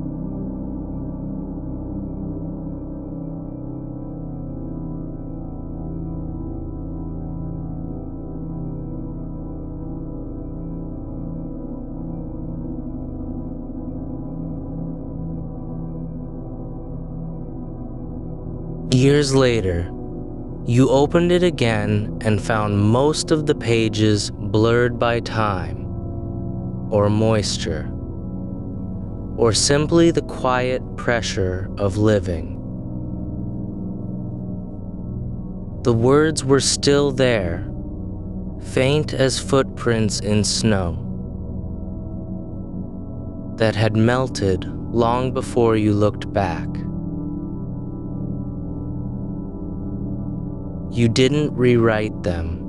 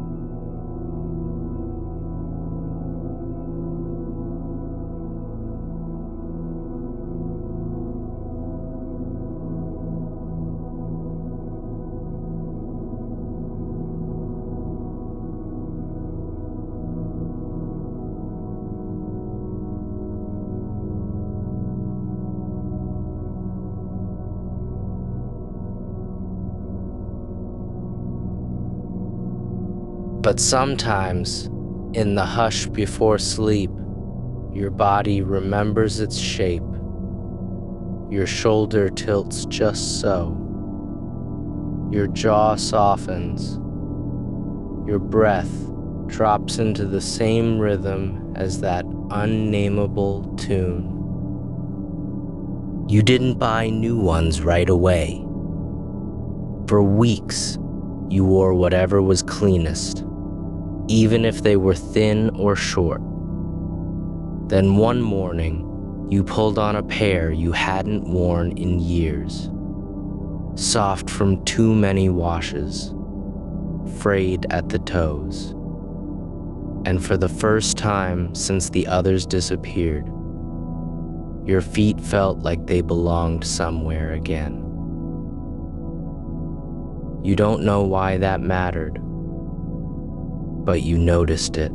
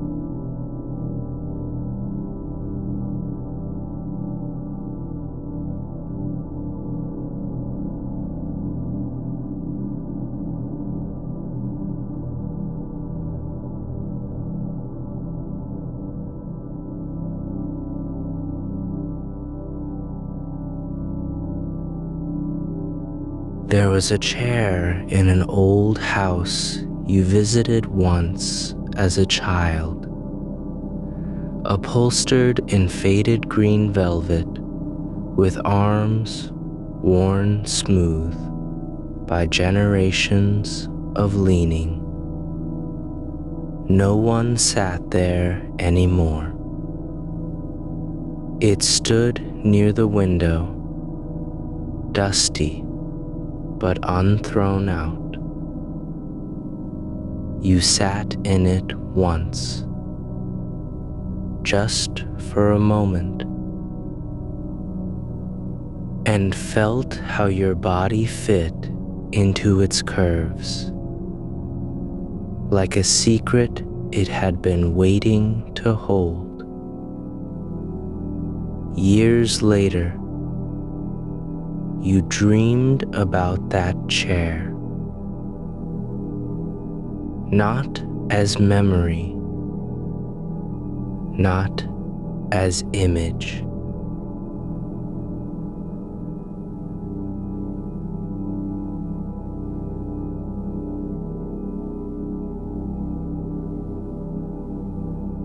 but as pressure.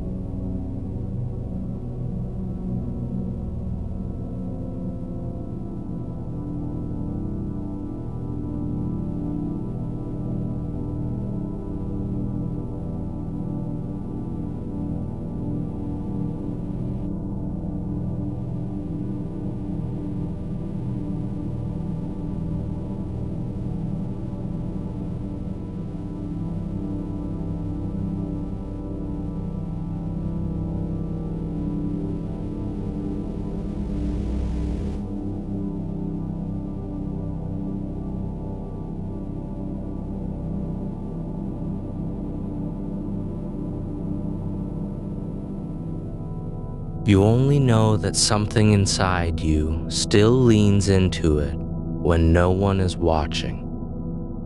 There was a door you passed every day without opening. Just outside the kitchen, narrow, painted white, handle cold to the touch. One day you found the door open, just an inch, and saw nothing but darkness, thick and quiet. You closed it again. You didn't mention it. You didn't dream about it.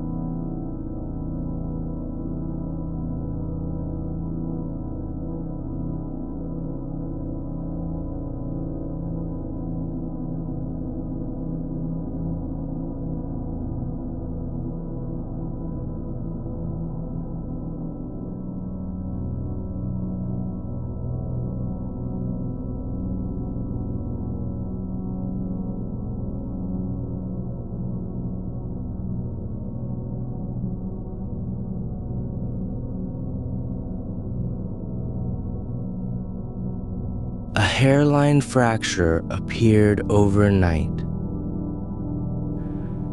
The next day, another.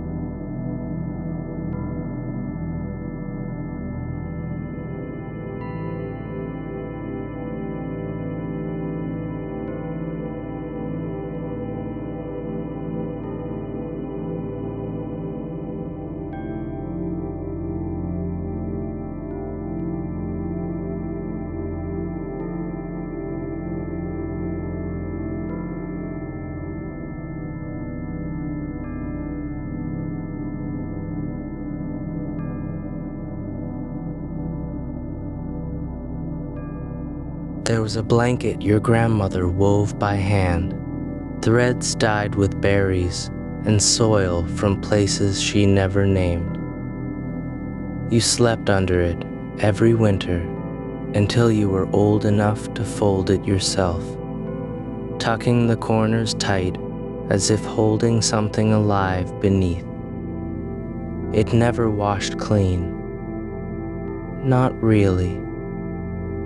And over time, the scent of cedar and rain clung not to the fibers, but to the space where your body pressed into it.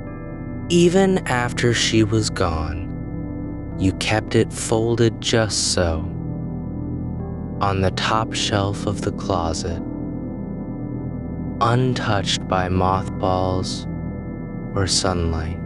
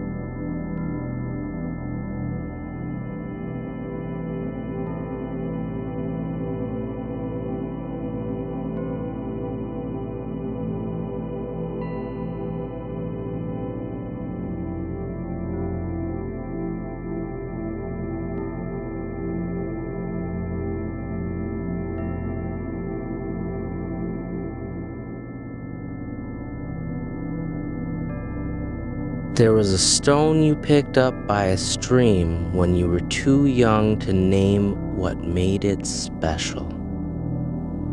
Smooth as skin that had been kissed by water for centuries, veined with faint streaks of rust and gray.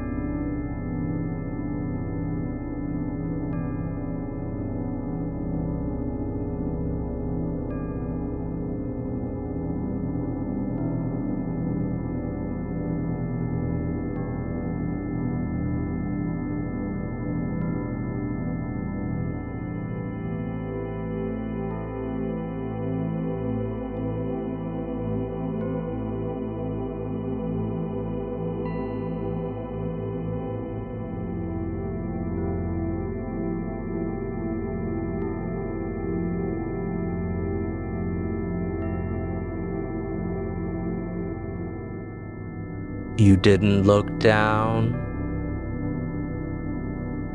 You only stood there, letting the earth hold you as it had. You didn't ask, but when you were older, alone in your own kitchen at 3 in the morning, your fingers would tap against ceramic mugs in the same pattern. Not because you remembered, but because something in your wrist still knew how to listen.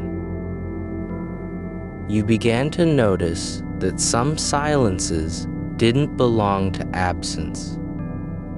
They belonged to presence, quiet, patient, waiting, not for response, but for recognition.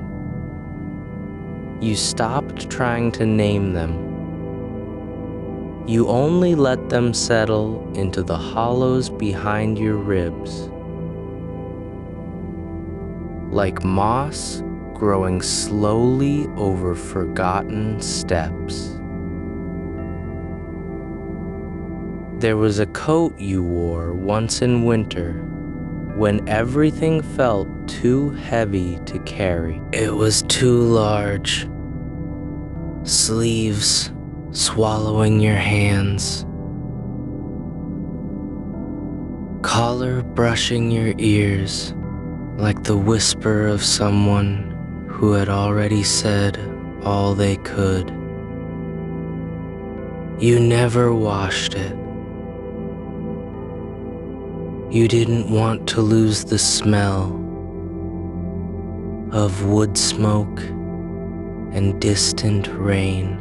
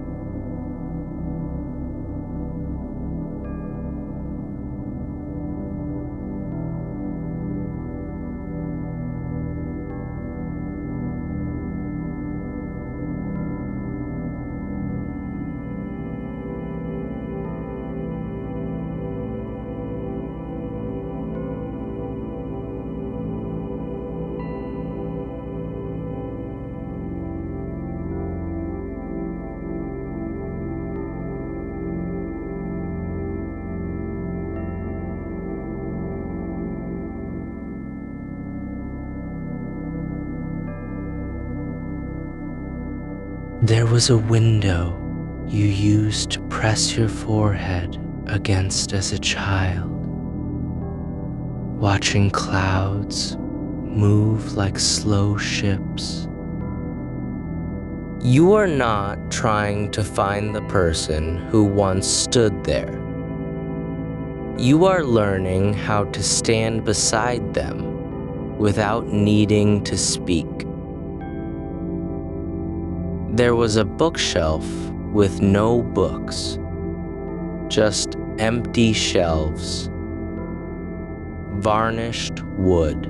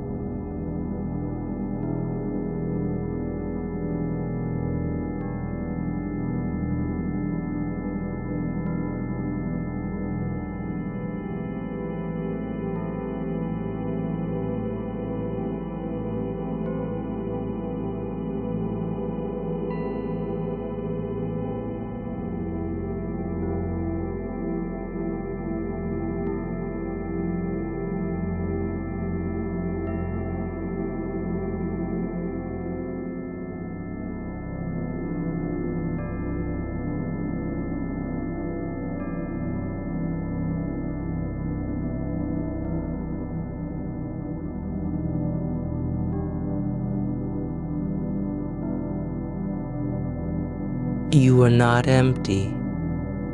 You were waiting for nothing. There was a step on the back porch that always creaked. Just one. Near the edge.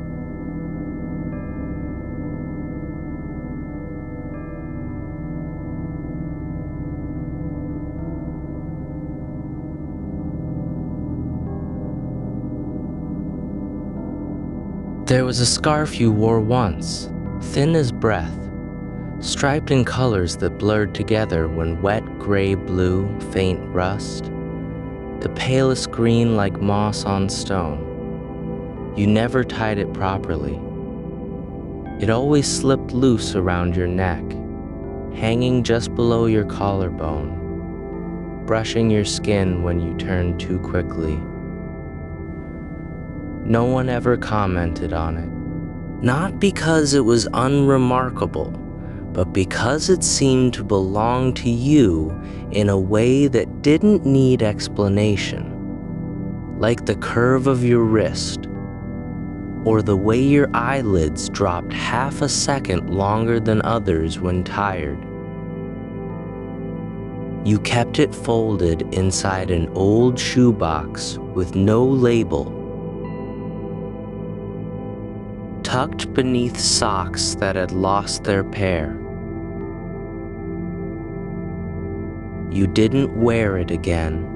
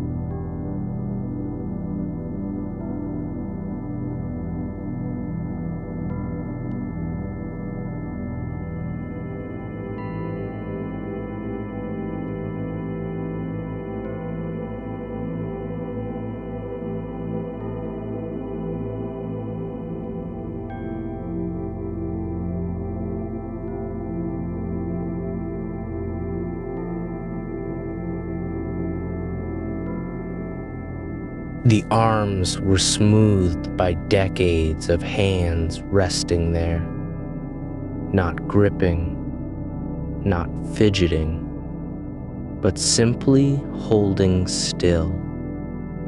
You sat in it once, long after everyone else had left. You didn't try to imagine who had sat there before.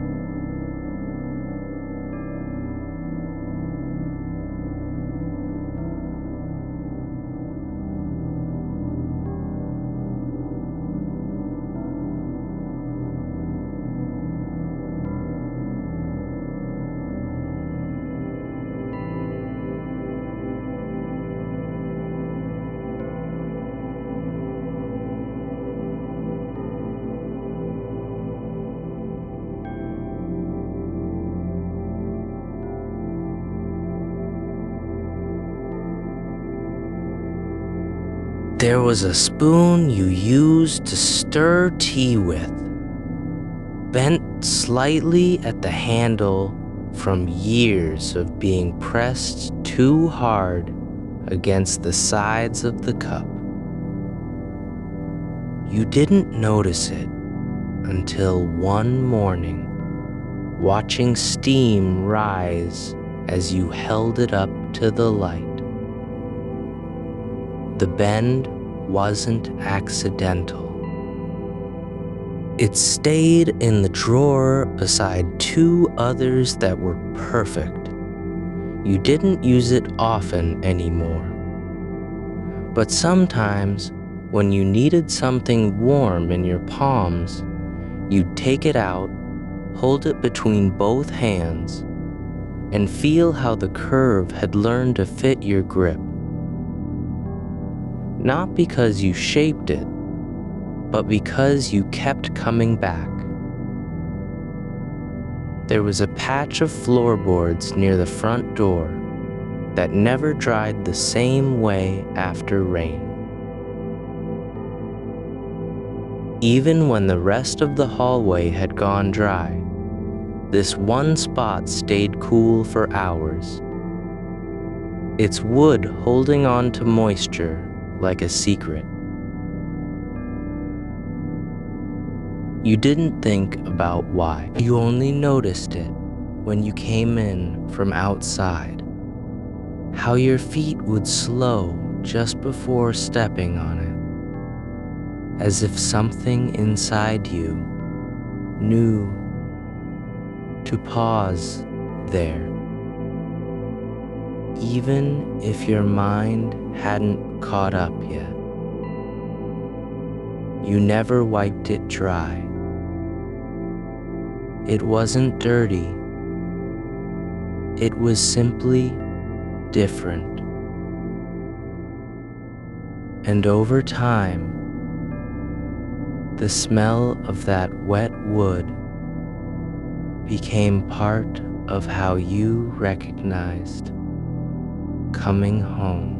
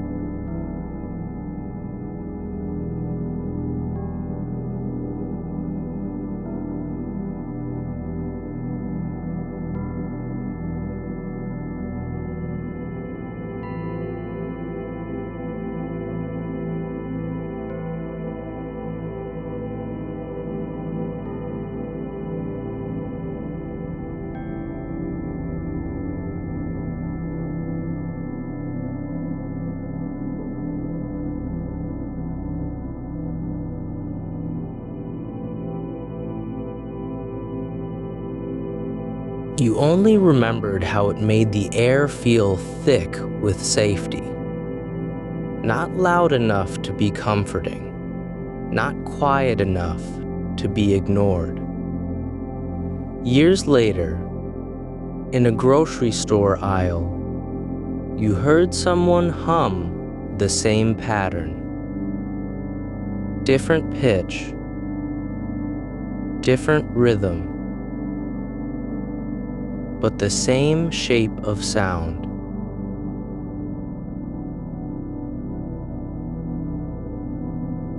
You stopped pushing your cart. There was a window you never opened, not because it was stuck or broken, but because the glass had grown cloudy with age, frosted in places where rain had pooled and evaporated over seasons. You used to trace its patterns with your fingertip when you sat on the sill, watching light shift across the room as the sun moved. The shapes didn't mean anything. They weren't faces or animals or signs. They were just textures formed by water and time. Now, when you close your eyes before sleep, you imagine that same glass against your eyelids, not seeing through it, not trying to understand what lies beyond.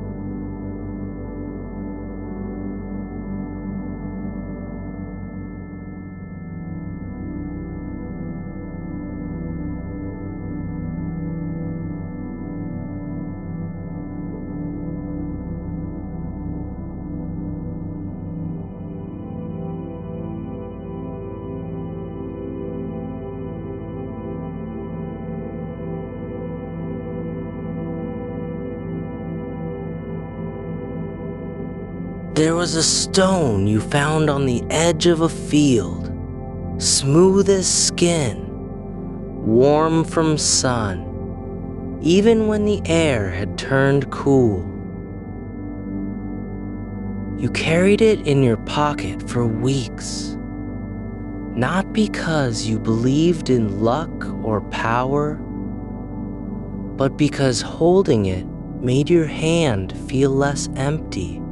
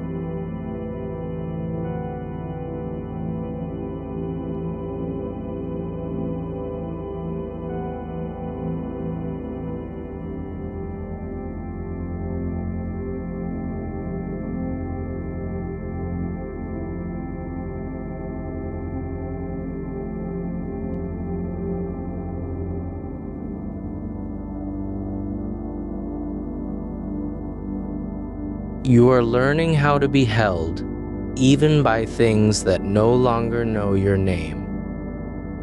There was a coat you wore once in winter, too big for your shoulders, sleeves that swallowed your hands, and the lining smelled faintly of cedar and dried lavender. Something your grandmother had tucked inside before giving it to you. You never washed it, not because it was sacred, but because each time you pulled it on, the weight settled differently across your back, as if the fabric remembered how you stood that day, how you moved through the cold, whether you were hurried or slow. Years later, you found it folded in a box beneath other things you had forgotten. The buttons were loose, one nearly gone. You held it to your chest for a moment.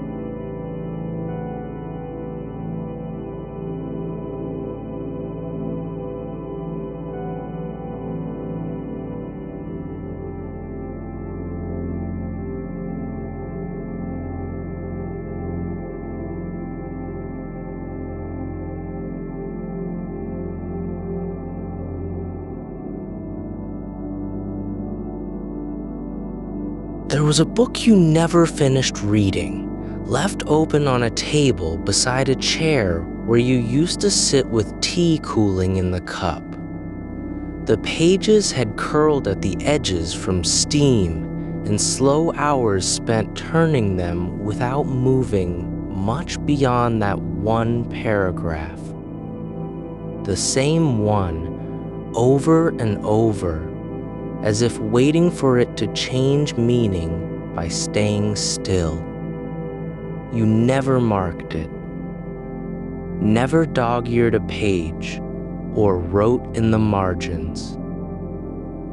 But when you passed that chair again years later, even though the book was gone and the table wiped clean, your fingers twitched slightly toward where its spine had rested, as though the space itself had learned to hold its absence. There was a key you kept on a nail inside a drawer, not because it opened anything anymore, but because its teeth still fit the curve of your thumb.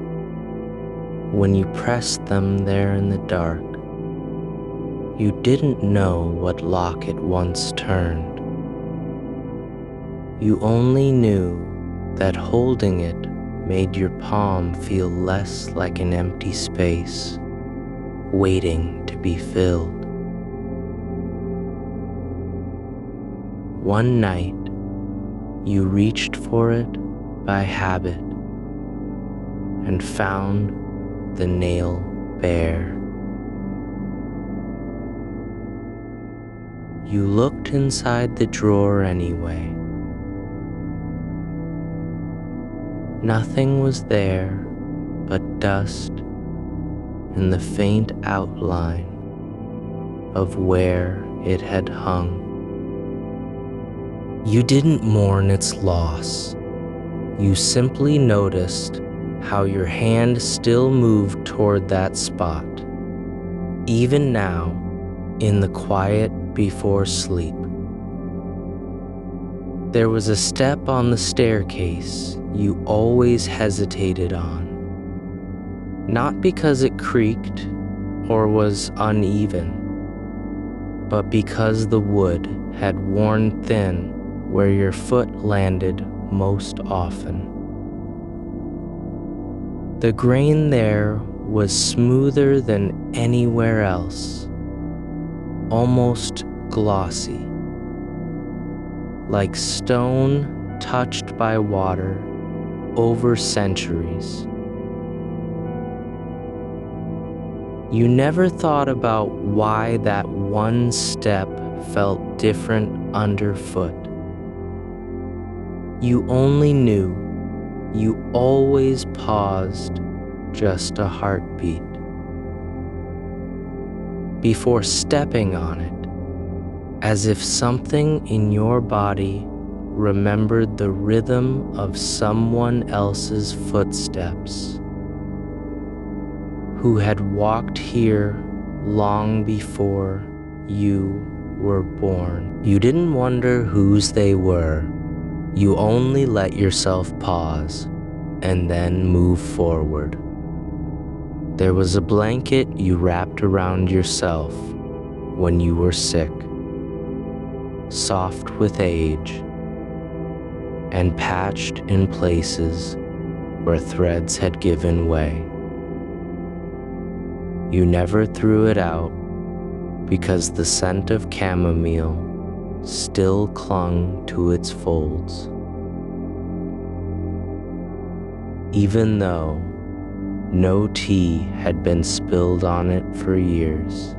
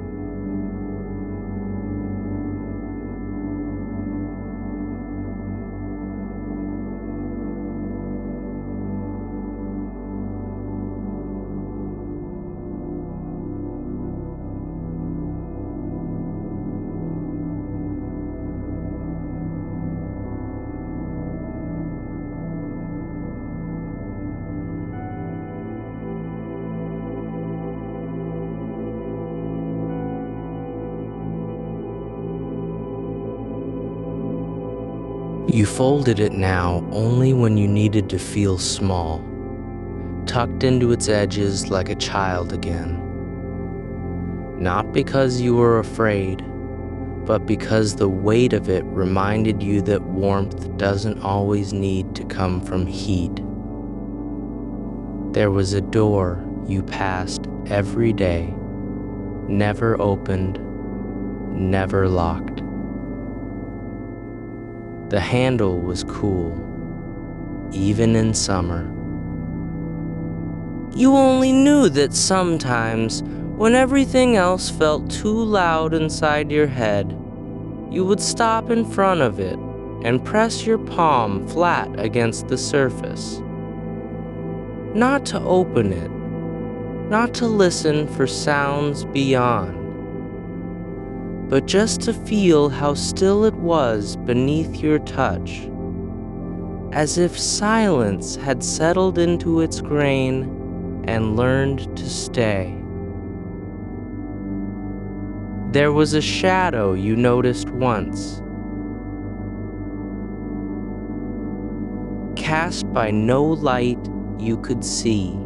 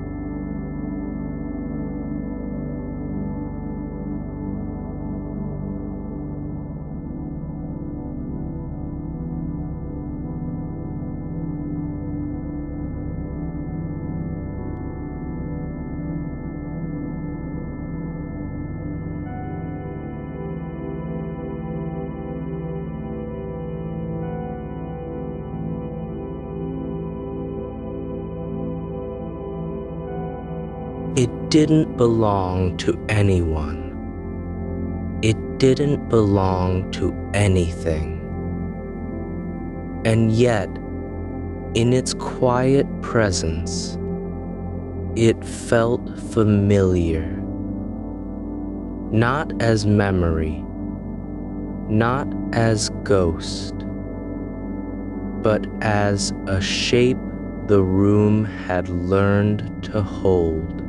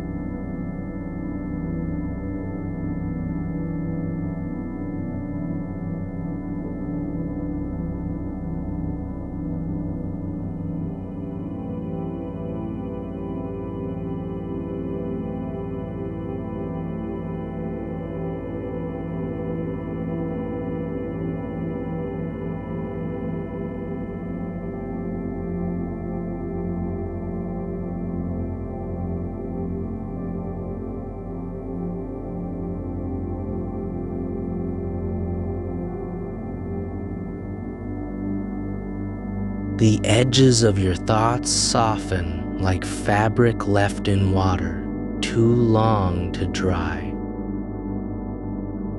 There is no need to hold on. There has never been a need to be whole. There was a spoon you used every morning before anyone else woke up. Its handle worn smooth by years of stirring tea.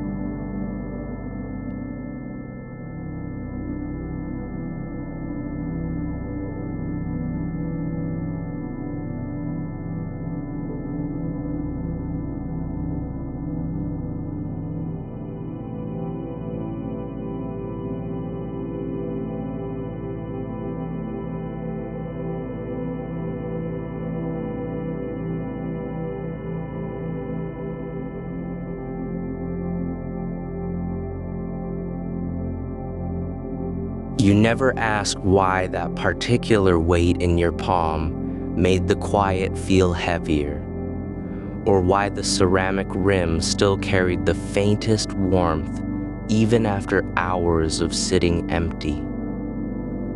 You found another one once, tucked behind a bookshelf in your grandmother's house.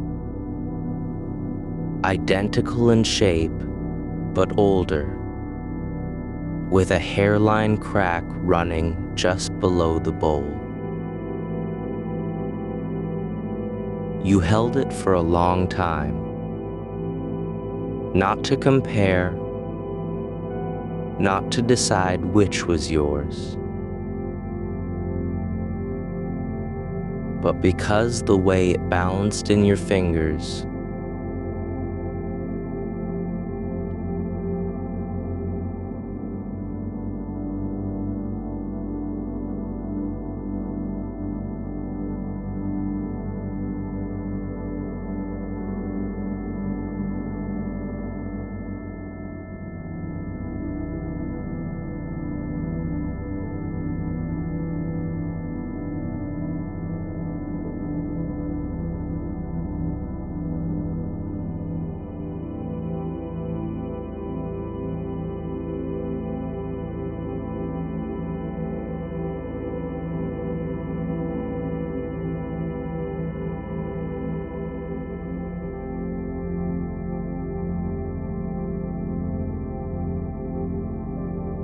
The shape had already settled into your bones. There was a window you watched during rainstorms, not because you liked the sound, though you did, but because the way the water slid down the glass always formed patterns. No two storms made alike. One night, after weeks of dry air, you noticed a single droplet clinging to the lower corner, trembling as if afraid to fall. You held your breath until it did. It didn't land in the same place twice. It didn't need to. The streak it left behind faded by morning, and yet, when you looked again days later, you saw something in the grain of the wood beneath the sill that matched its path exactly. Not because anything had been preserved, but because your eyes remembered what they'd seen before. You began noticing how some clothes still held the shape of your body, even after being hung for months. Not the creases from folding, not the stretch from wear, but a quiet indentation. As if the fabric had learned to cradle you in absence. You didn't wear them often anymore, but sometimes, when the house was too still, you'd pull one from the closet and let it brush against your cheek. Just once, like greeting someone who never left. There was a song you hummed without knowing where it came from. No lyrics, no melody.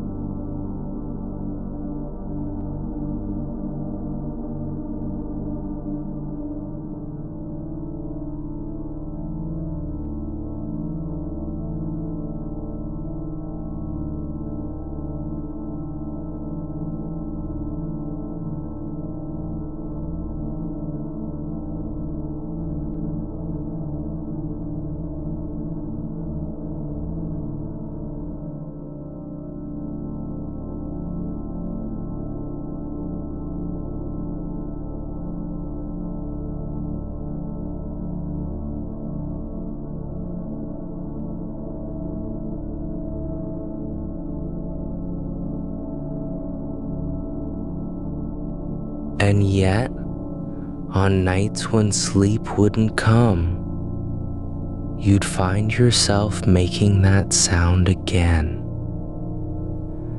not to summon memory, but because the vibration in your chest felt like something tender and forgotten.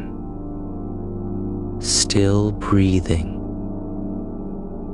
you woke once with your hand resting on your stomach, fingers curled as if holding something small. You didn't remember placing it there. It wasn't special, just a piece of river rock, flat on top, worn smooth by water.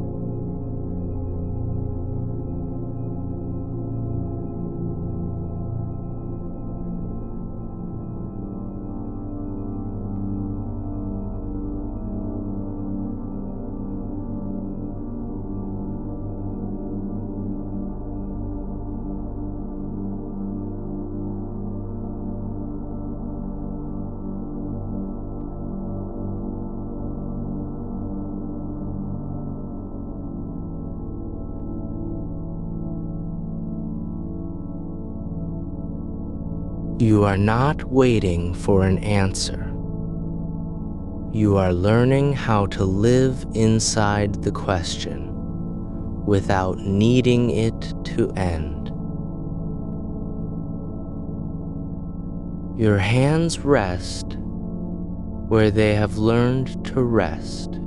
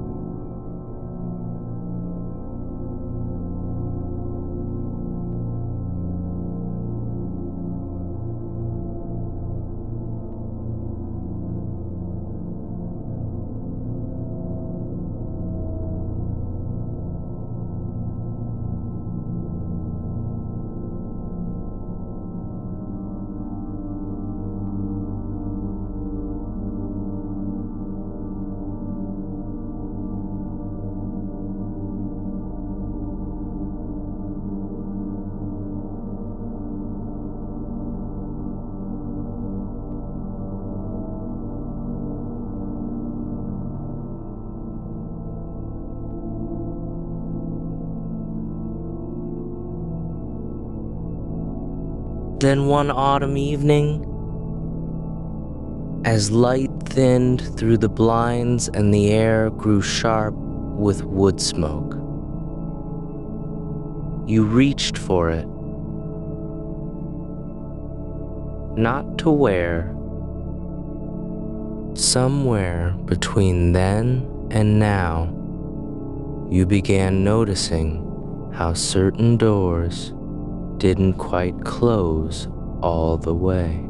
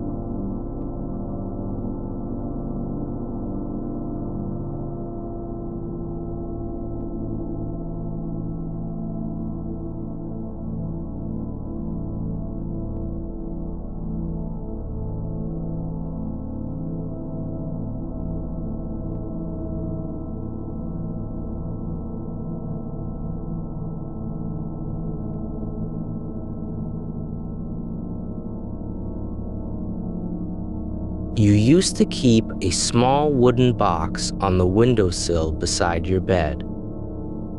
Inside, nothing but a single button, dark blue, slightly chipped at one edge, and 2 feathers from a bird you never saw take flight. You didn't know where they came from or why you kept them together. Sometimes, when the room was too bright in the morning, you'd lift the lid and let your fingers rest on top of the contents without looking inside. The texture beneath your skin, the smoothness of the button, the softness of the feathers,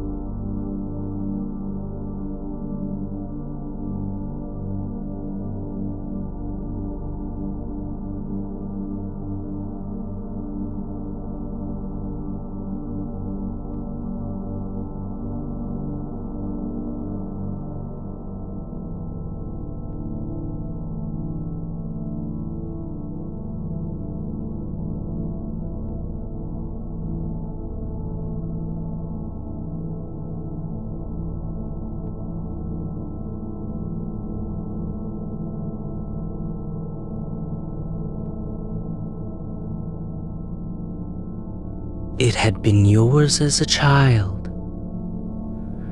though it didn't fit you anymore. The cushion sagged where your spine once rested, and the armrests bore faint grooves from hands that were smaller then. Fingers curled around edges like they might vanish if let go. You never sat in it again after growing taller. Then it's back.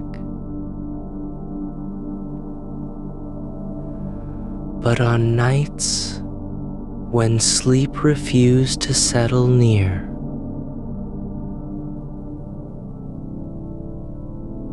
you'd walk over not to sit, but just to stand beside it.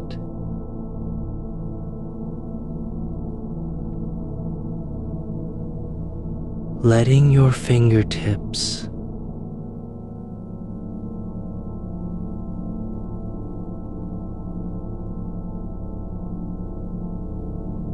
raise the fabric as you pass. It wasn't nostalgia. It was recognition, as though some part of you still remembered how to be small without feeling afraid. A book once lived on your nightstand, thick, unopened, its spine cracked, but not broken. You never read a single page. Not because it was dull or difficult, but because the weight of it beside your bed felt like permission. Not to know, not to finish.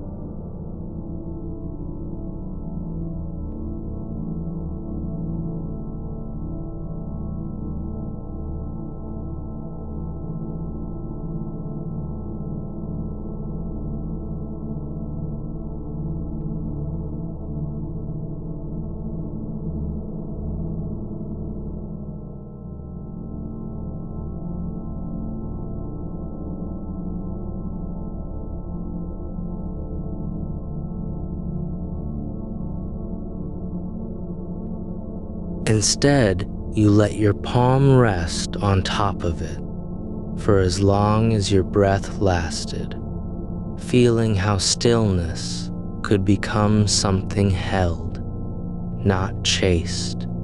You began to notice that some shadows stayed longer than they should have, lingering after the light changed, clinging like mist to corners where no one had looked in years.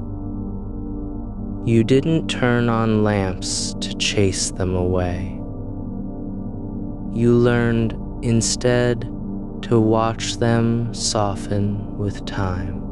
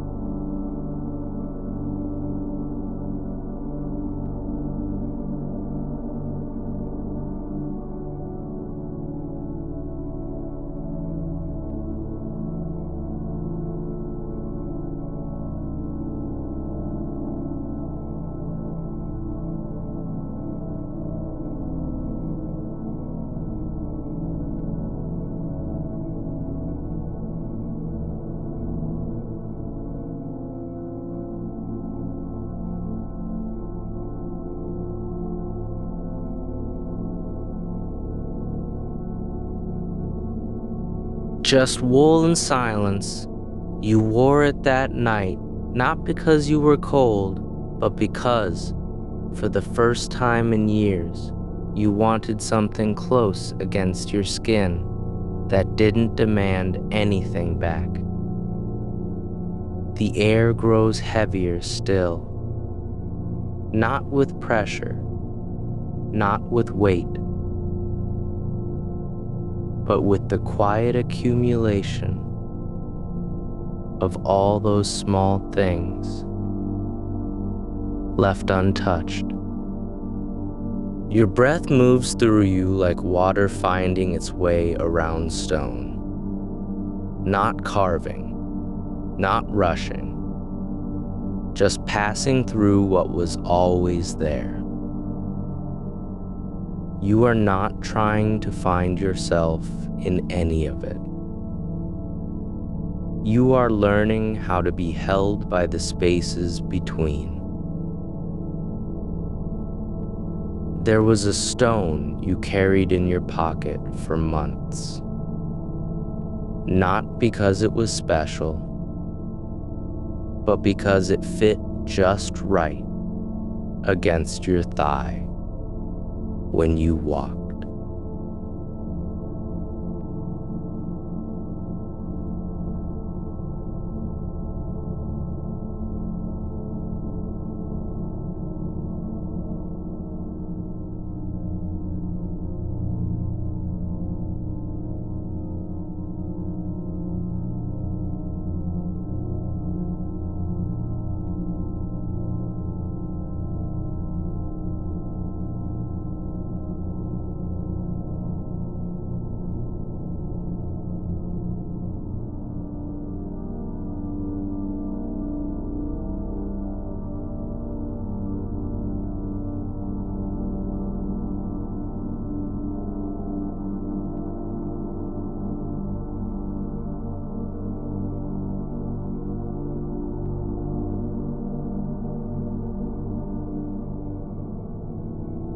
You forgot it was there until one evening when you reached into your coat and found the space where it used to rest empty. The absence didn't trouble you. It simply made room for another kind of stillness. The kind that comes not from holding, but from letting go without noticing you had let go at all.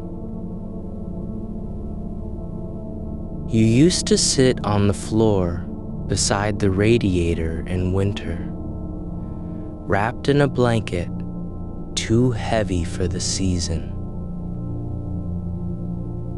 watching steam curl up from the metal slats and vanish into the air.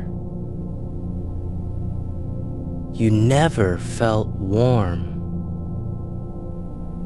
Not truly, but there was something about the way the heat moved upward, slow and inevitable,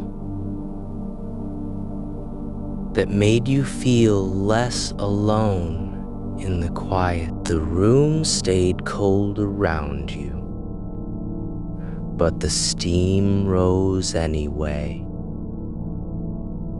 as if it knew better than to ask permission. You began to wonder whether warmth isn't always something you receive. The pane had been cracked once, years ago, and repaired with clear tape that never quite disappeared. You didn't notice the pattern until one night when moonlight caught it just right.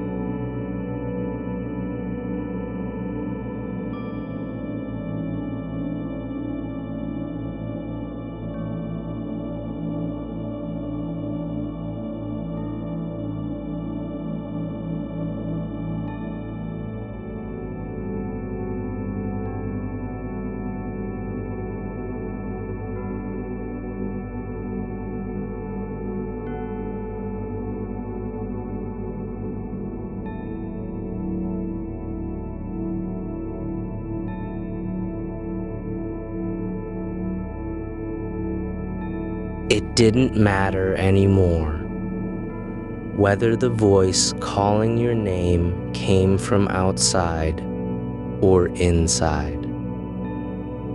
Whether the scent of rain in the dream was real or remembered. Whether the hand that touched your shoulder was yours or someone else's who had learned to move like you. You let them all settle into the same quiet space.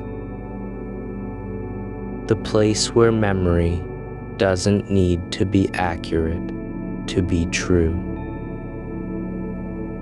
You found yourself humming a tune you didn't recognize, one you'd never heard before, but somehow knew by heart. It wasn't melody so much as rhythm, a slow pulse in your throat, like the ticking of an old clock buried under layers of dust and silence.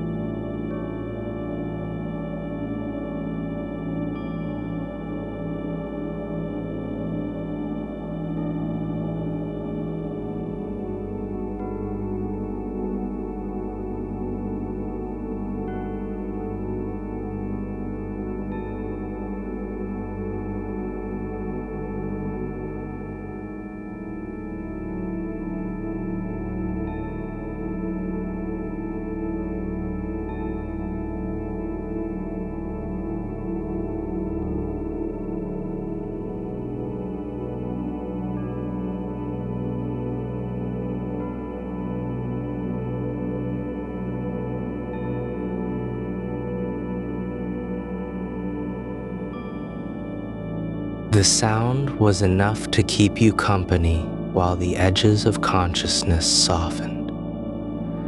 There was a coat you never wore anymore, hanging in the closet behind others. Its collar slightly frayed where your chin had rested against it years ago.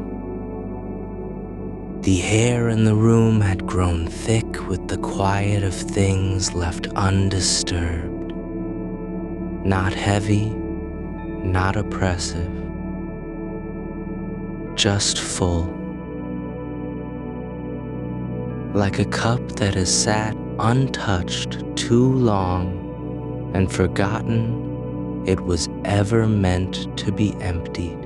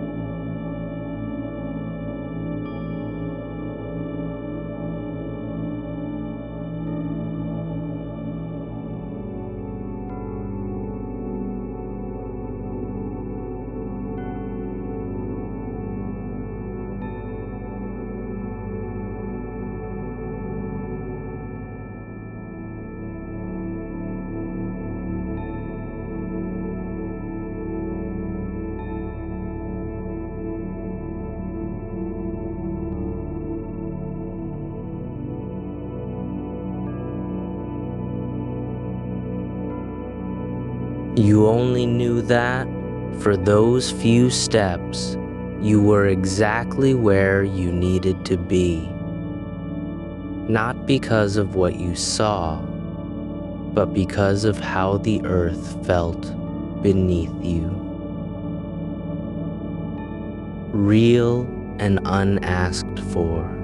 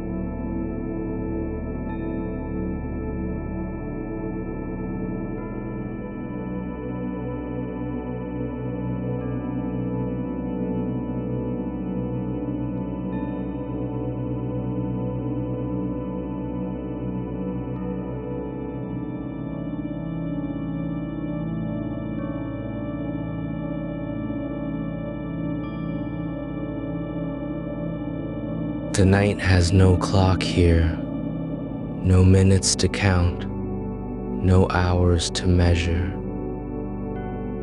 There was a stone you picked up once, smooth as if worn by water that never touched it, carried in your pocket for weeks until its edges softened against your skin. You didn't know why you kept it. You only knew that when you pressed it into the palm of your hand before sleep, something inside you settled. Not because it reminded you of anything, but because it felt like a quiet thing that had always belonged to you. Even if you couldn't say when or where you first held it. You let go of it long ago. But sometimes now, in the dark, you feel its weight again. Not as memory, not as image, but as pressure, gentle and familiar, like the echo of a breath you took without knowing.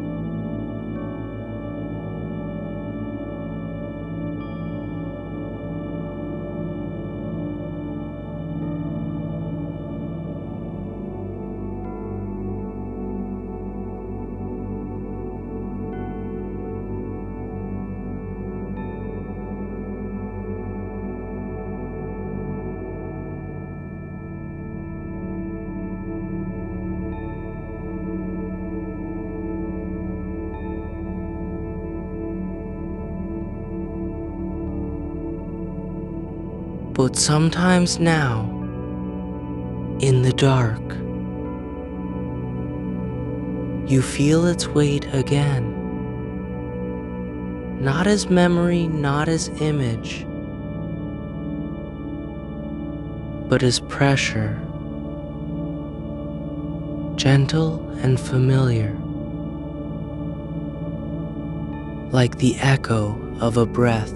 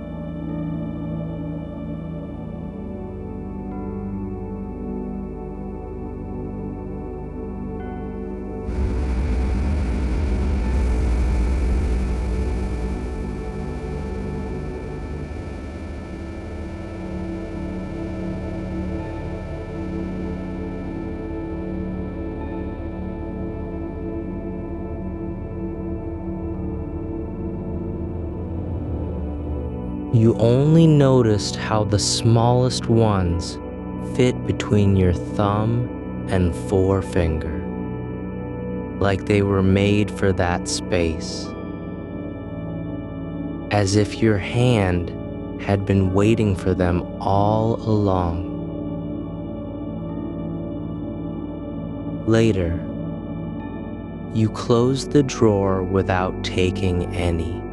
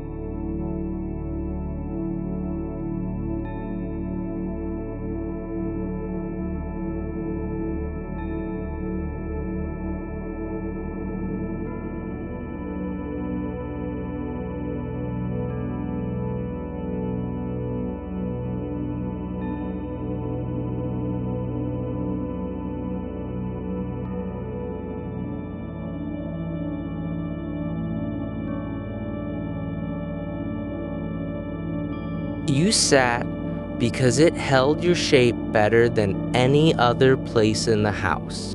The wood had worn just beneath your hips, soft as skin that's been touched too often to notice anymore. When you visited years later, someone else was sitting in it.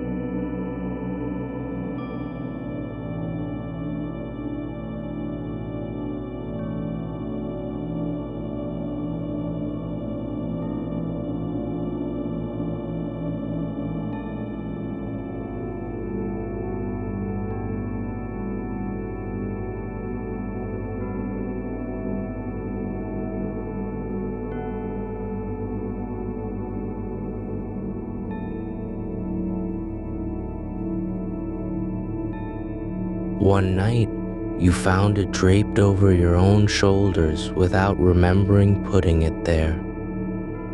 The fabric was thin, almost translucent in moonlight. And when you pulled it tighter around you, you didn't feel cold. You felt held, as if something had waited quietly to be noticed.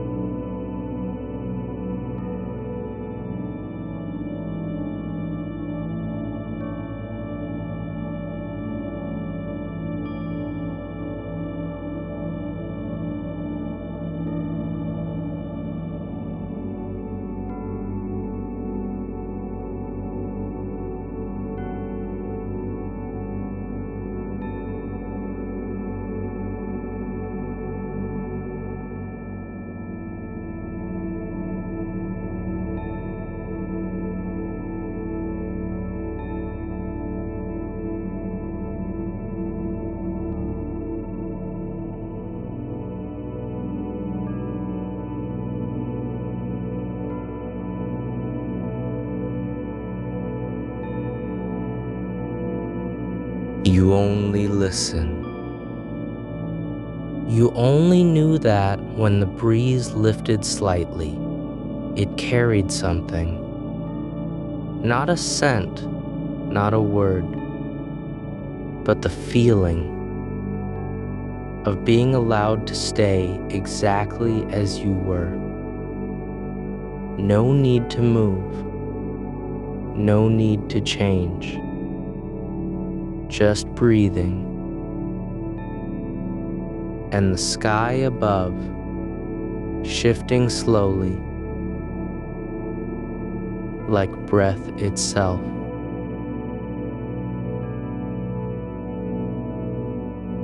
You still have a pair of gloves you never wore.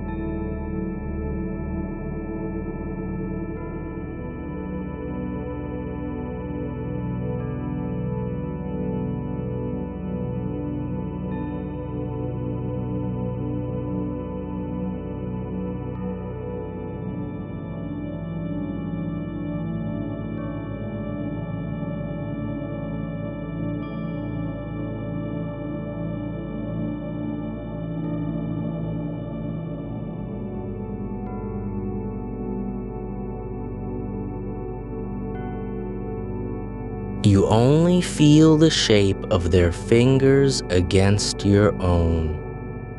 How they curve inward as if still waiting for hands that might never return. There is a mirror in an upstairs room that doesn't reflect quite right.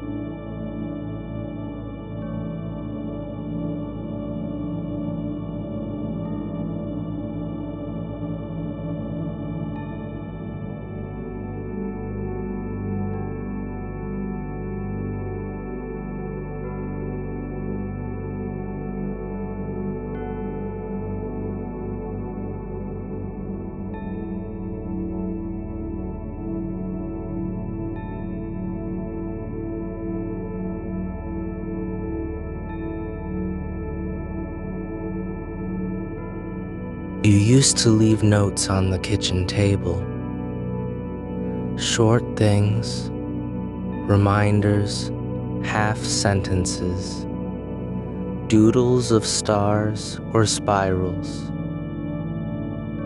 but never for yourself. Always for someone who hadn't come home yet.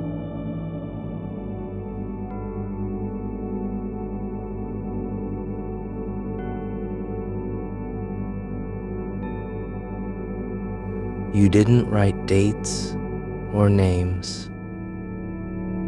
But sometimes, late at night, you find yourself standing in front of an empty counter, reaching out as if to touch something that isn't there, only to feel the quiet space where your hand might have rested once. The night doesn't ask for answers. It only holds what you bring into it. The weight of a stone you never kept. The shape of a chair no one sits in anymore. The ghost of gloves folded and forgotten. The echo of footsteps on floorboards that haven't moved since the last time you were awake to hear them.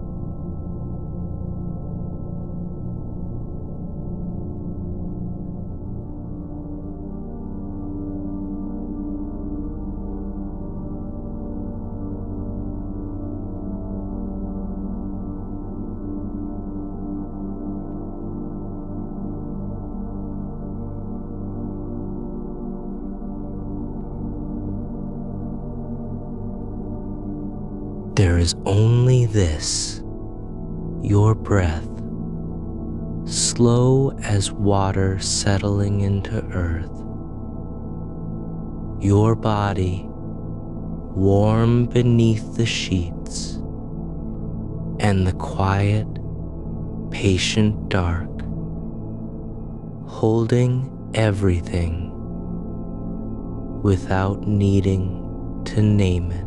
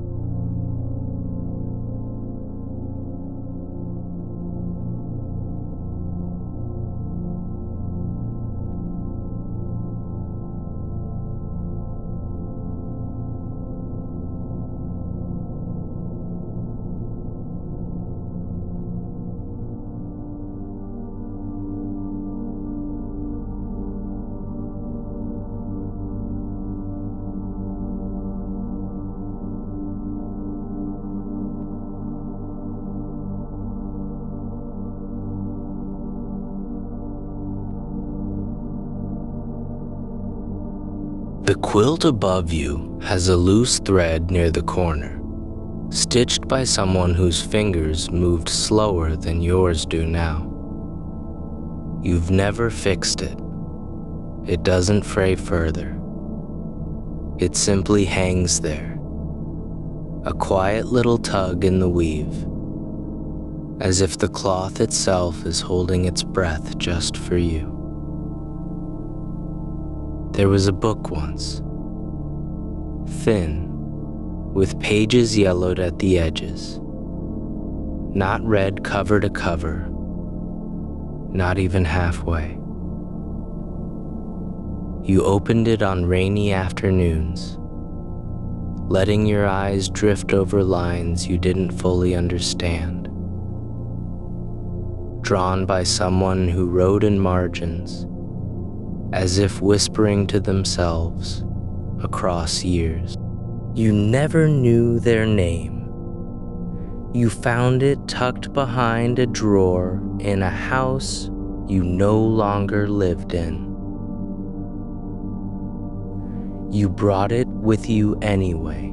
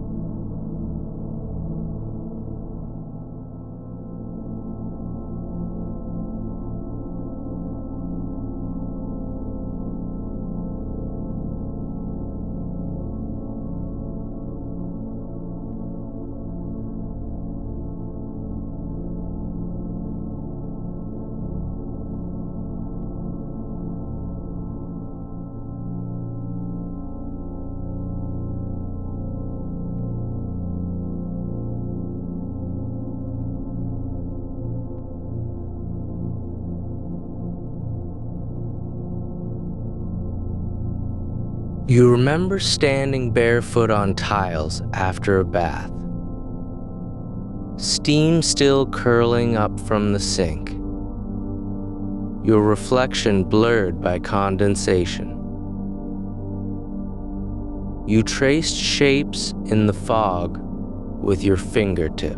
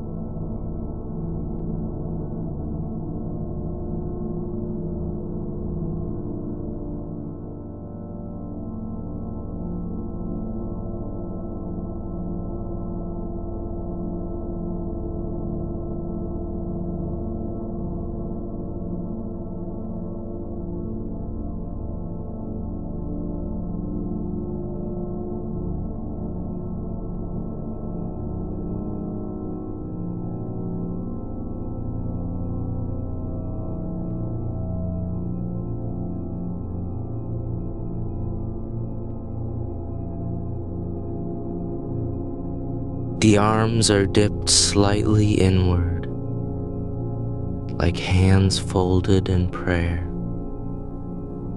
or maybe just in surrender. You never sat there to read, never waited for someone who might join you.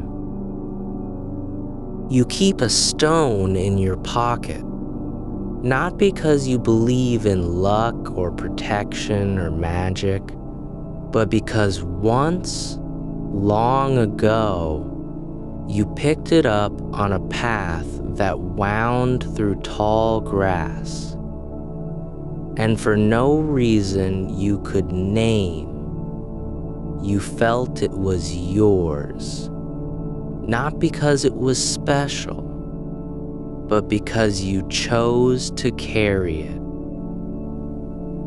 It's smooth now, from being held too often without thinking about it. You don't look at it anymore.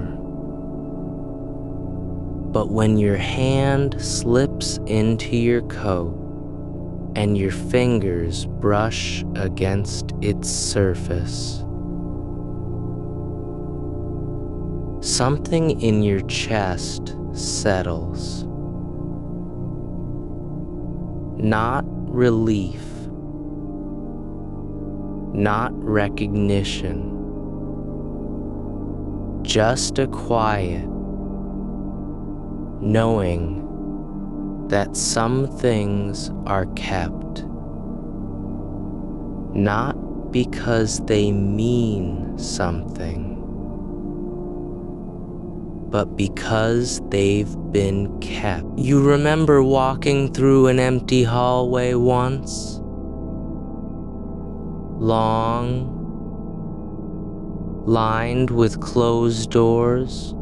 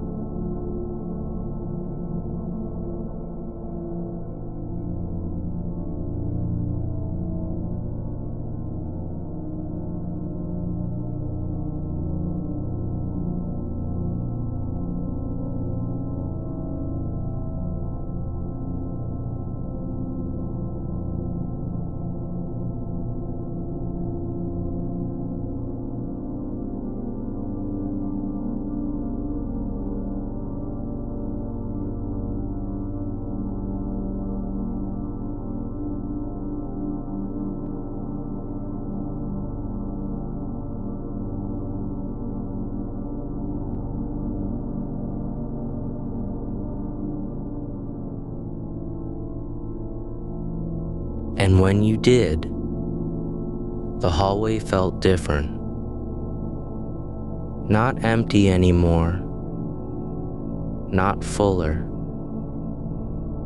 but simply known. You still have a pencil that broke once and was never sharpened again. You stopped drawing when you realized you were trying to capture moments before they passed. Not to remember them, but to prove they had happened. Now, the pencil sits beside your bed, not on purpose, just because it landed there one night and never moved again. You don't pick it up anymore, but sometimes, in the dark, you reach for it without thinking, just to feel its weight, its imperfection, its quiet refusal to be anything other than what it became. You wake once, not fully, just enough to know the room is still there. The ceiling above, the window beside, the blanket that holds your shape like a second skin.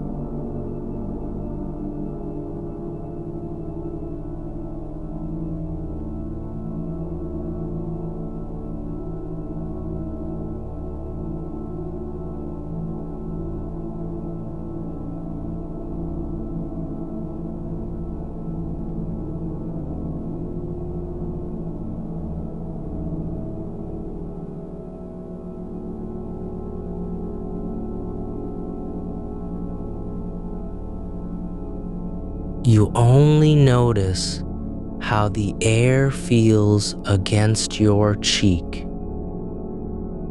Not cool, not warm.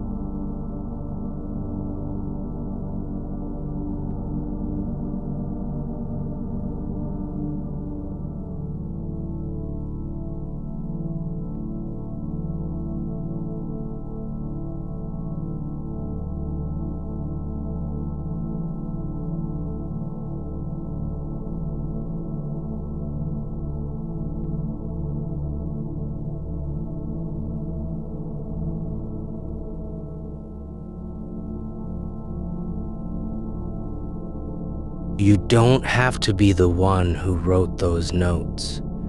You don't have to recognize the face in the glass. The night holds all of them, quietly, patiently, as if they were never meant to be stitched into a single story, but only to be felt, one at a time, like breaths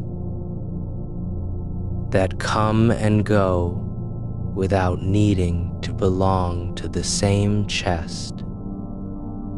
You notice the weight of your socks still on your feet, thin wool, slightly damp from the day's walk, and you wonder if they were ever meant to be taken off, or if they simply became part of you the moment you slipped into them long ago, on a morning that no longer has a name.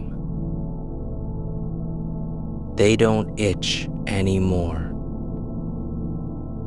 They don't feel like clothing.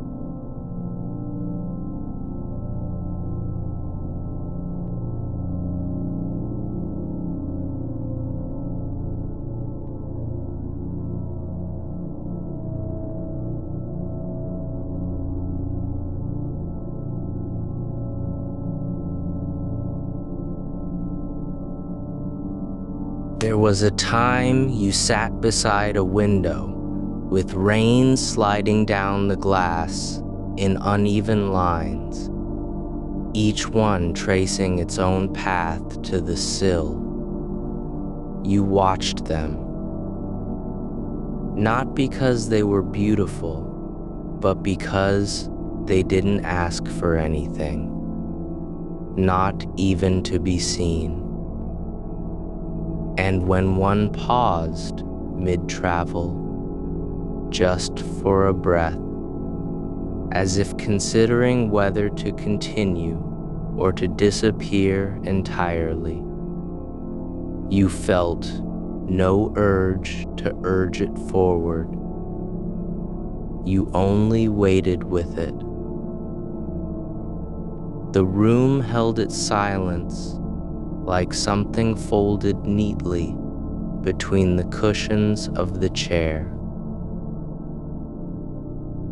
Later, when the rain stopped and the glass was dry again, you didn't wipe it. You let the water's absence remain visible,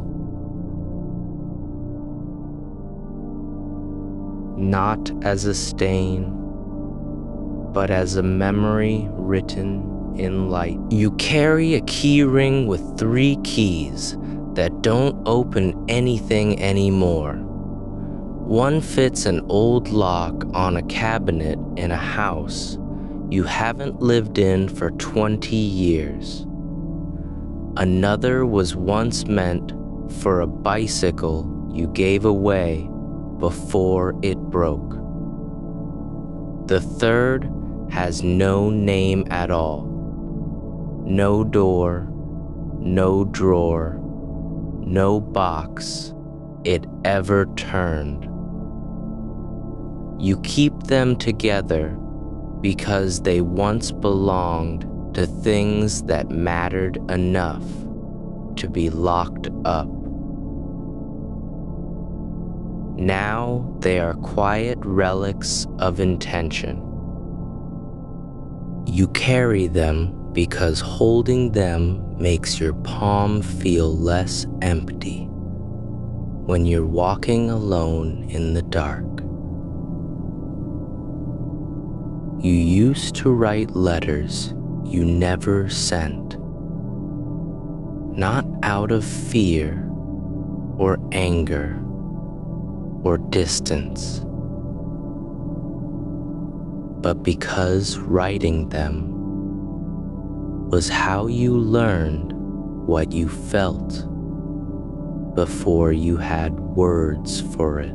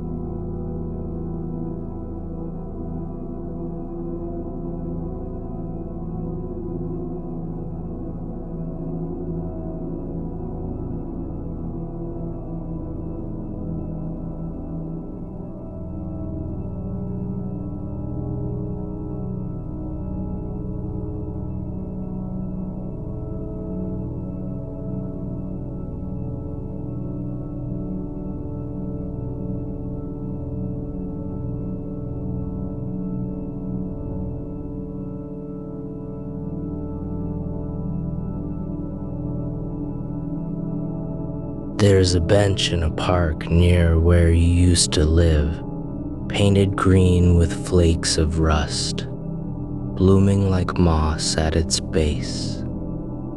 You never sat there often, but once, on an afternoon when the wind smelled like wet earth and distant laundry, you did. And as you watched, leaves drift down one by one, some spinning lazily, others falling straight as if pulled by gravity alone.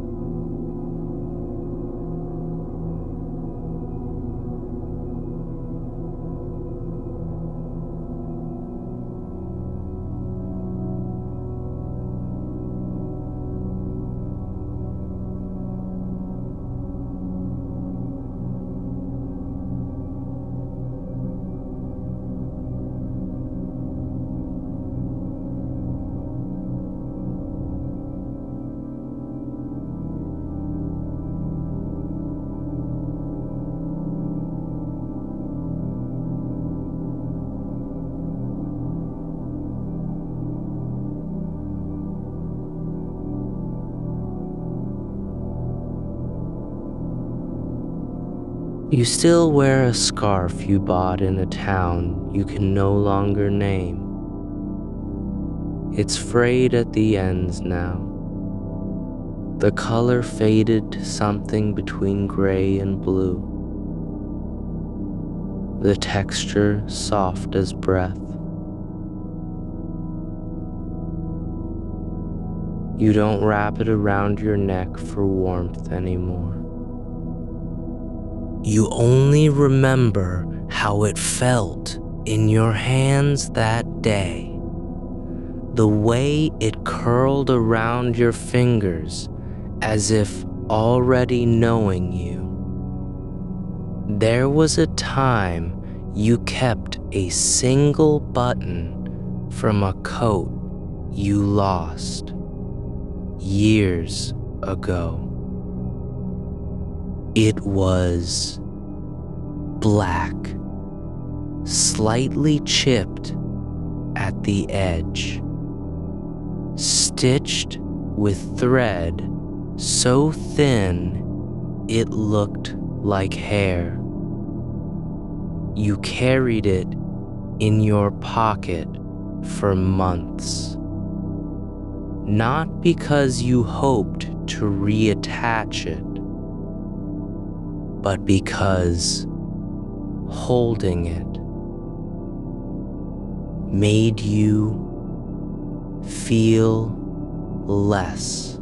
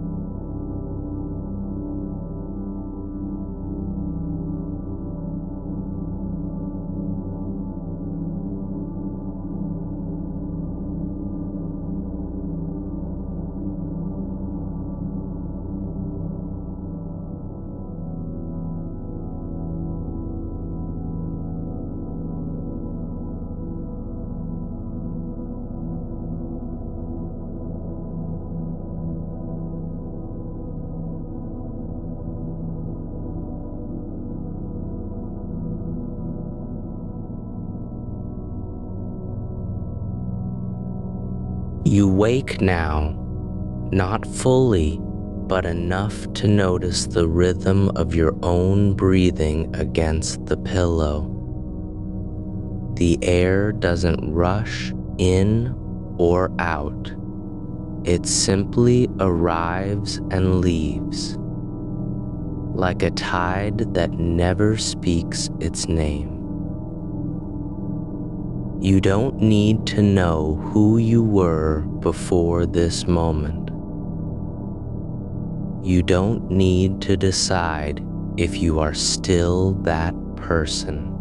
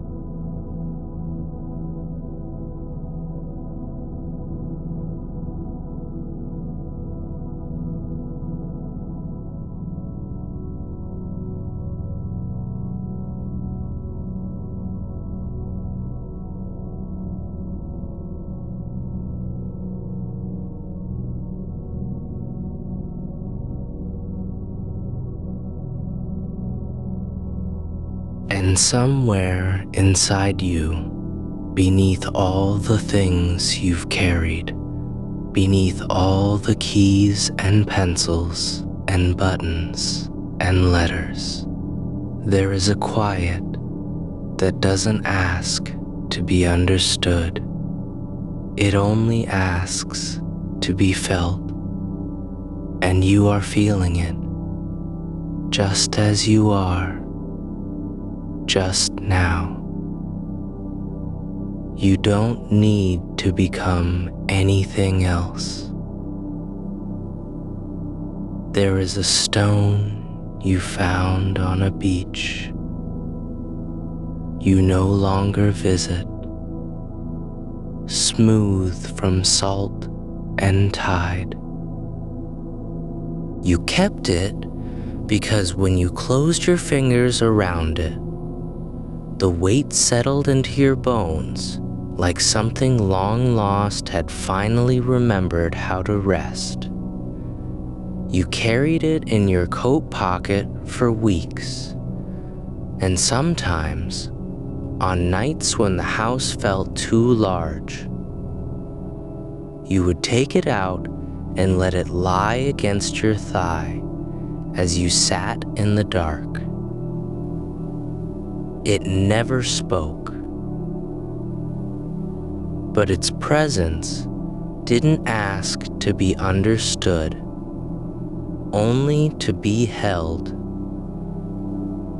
You no longer carry the stone. You don't know where it went. Maybe it fell through a hole in the fabric. Maybe you left it on a windowsill and forgot it when you moved. You don't search for it now. You only notice sometimes how your hand still curls slightly when you're tired, as if expecting the shape of something solid to meet your fingers.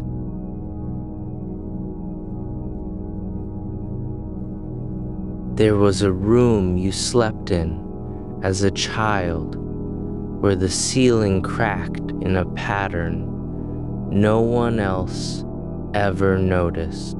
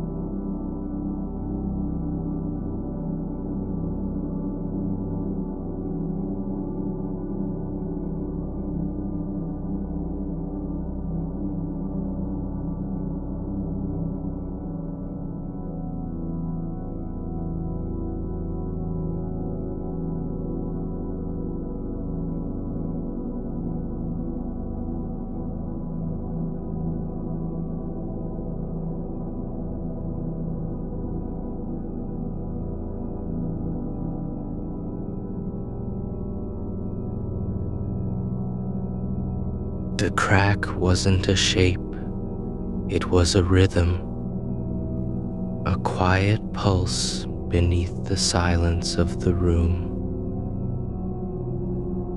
You dreamt once that your hands were made of paper,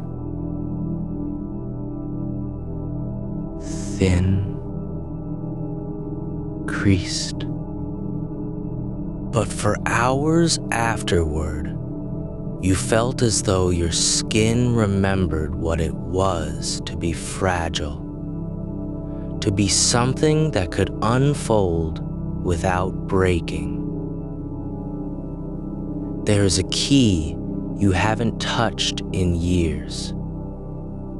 It doesn't open anything anymore. Not a door, not a drawer, not even a lock you can still name. You found it tucked inside the lining of an old coat you gave away. You pulled it out and held it between your thumb and forefinger, feeling its dull weight, the way the teeth had worn smooth from use. You didn't throw it away. You didn't keep it in a drawer or on a hook.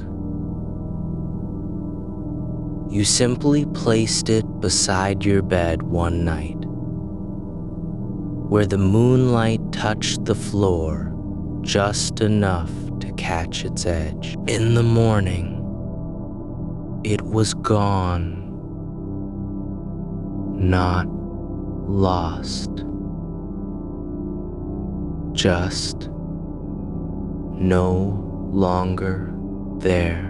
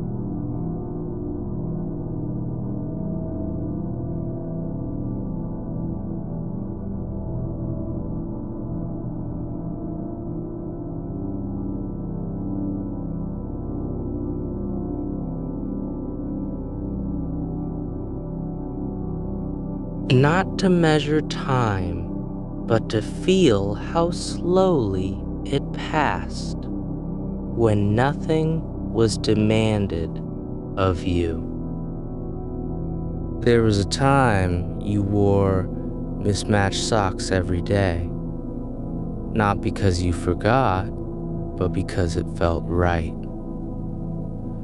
One wool, one cotton, one striped, one plain.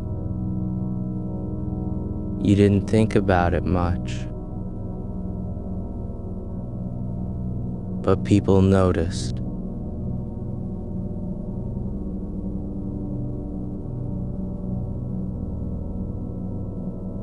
And sometimes they asked why.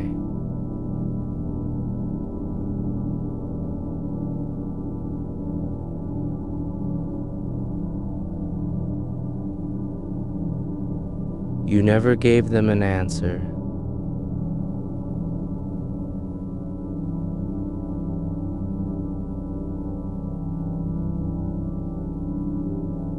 Not because you were secretive,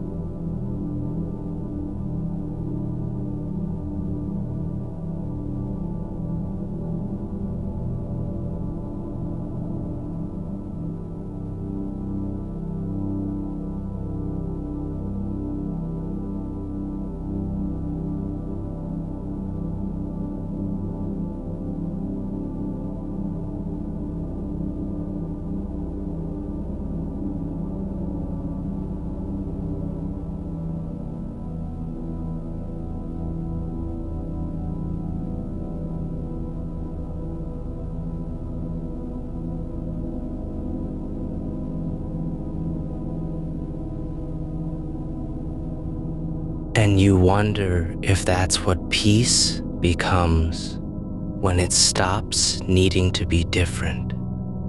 There is a sound, a low hum, almost too quiet to call music.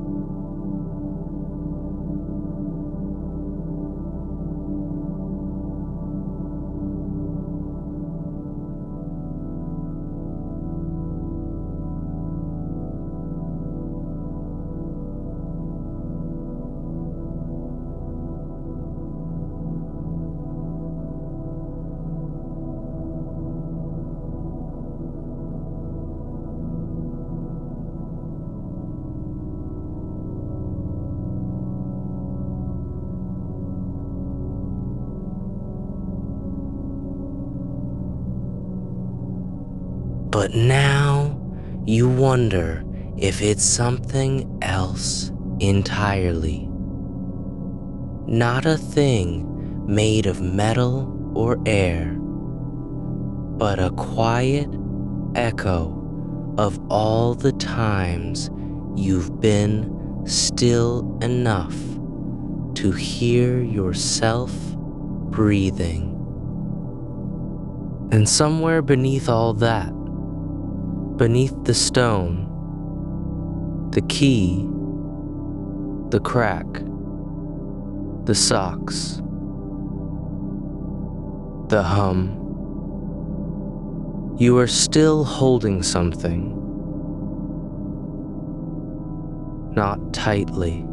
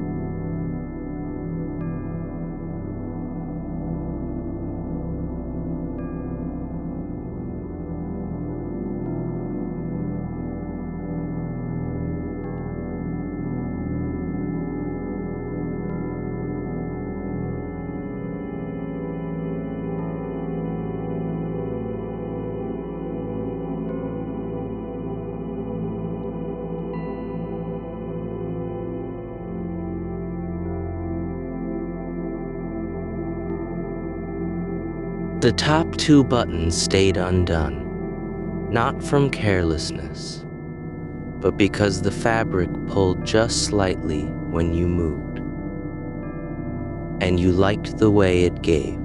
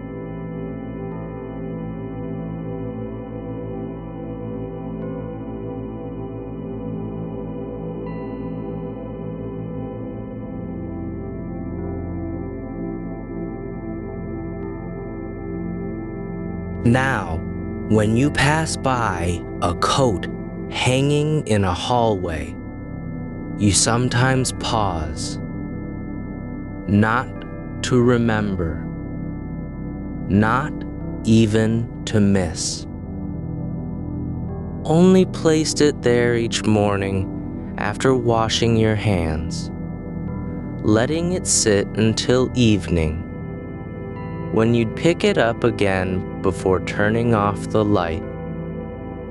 Sometimes you'd hold it while listening to the wind outside, feeling how its temperature changed with the hour.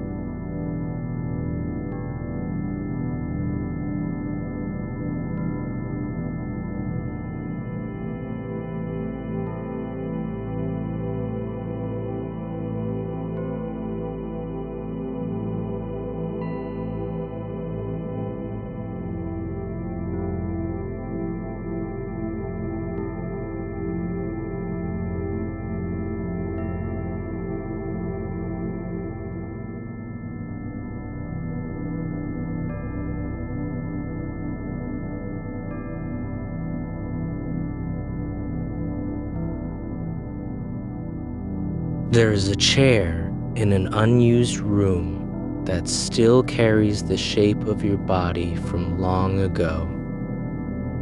Not because you sat there often, but because once, for weeks, you did. You would sit with your back to the window, knees drawn up slightly,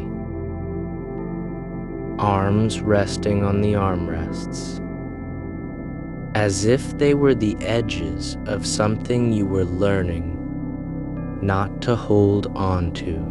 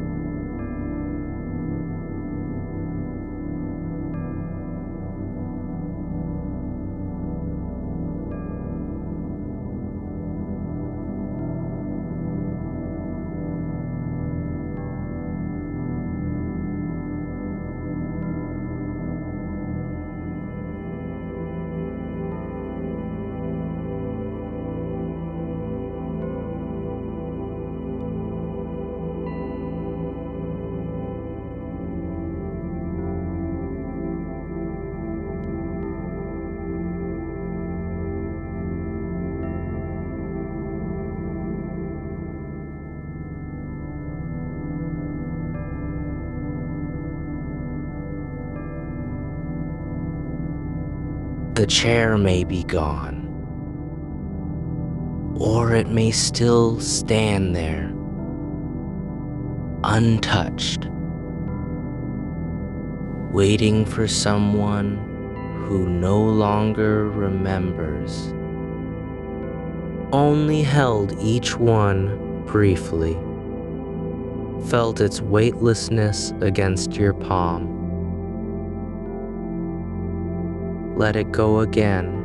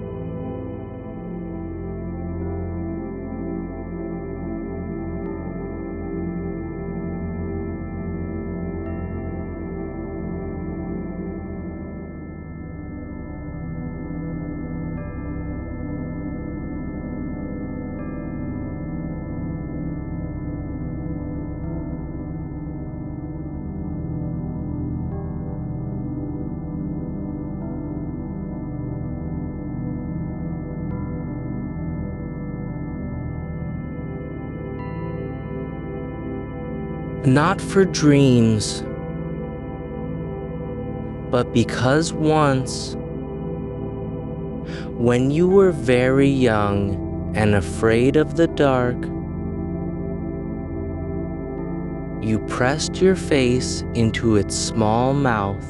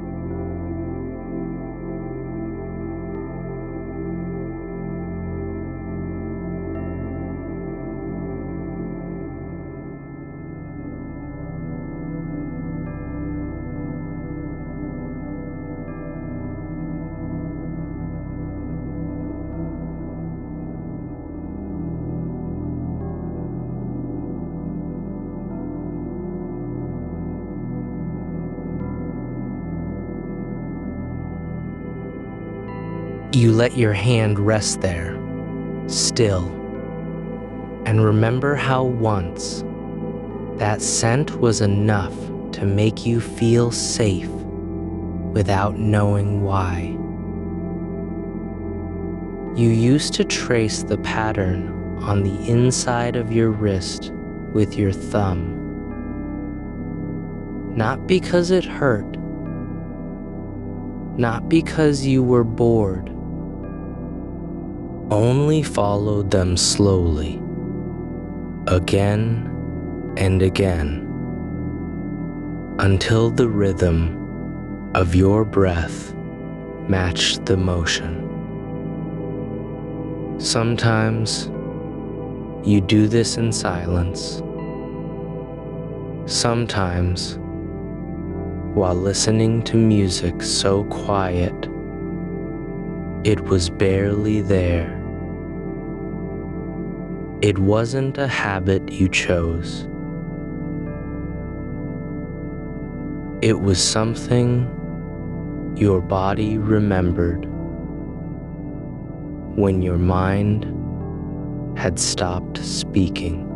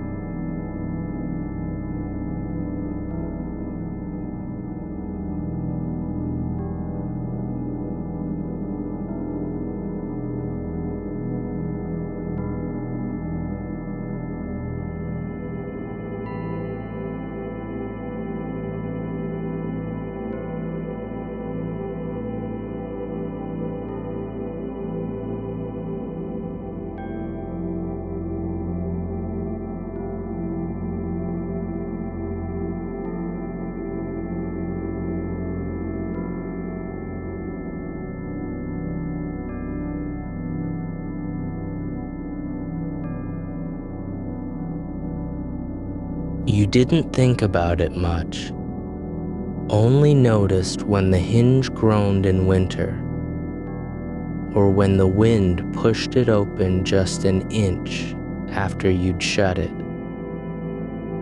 You always pulled it closed again, not because you were careful, but because leaving it open felt like forgetting something important, though you never knew what.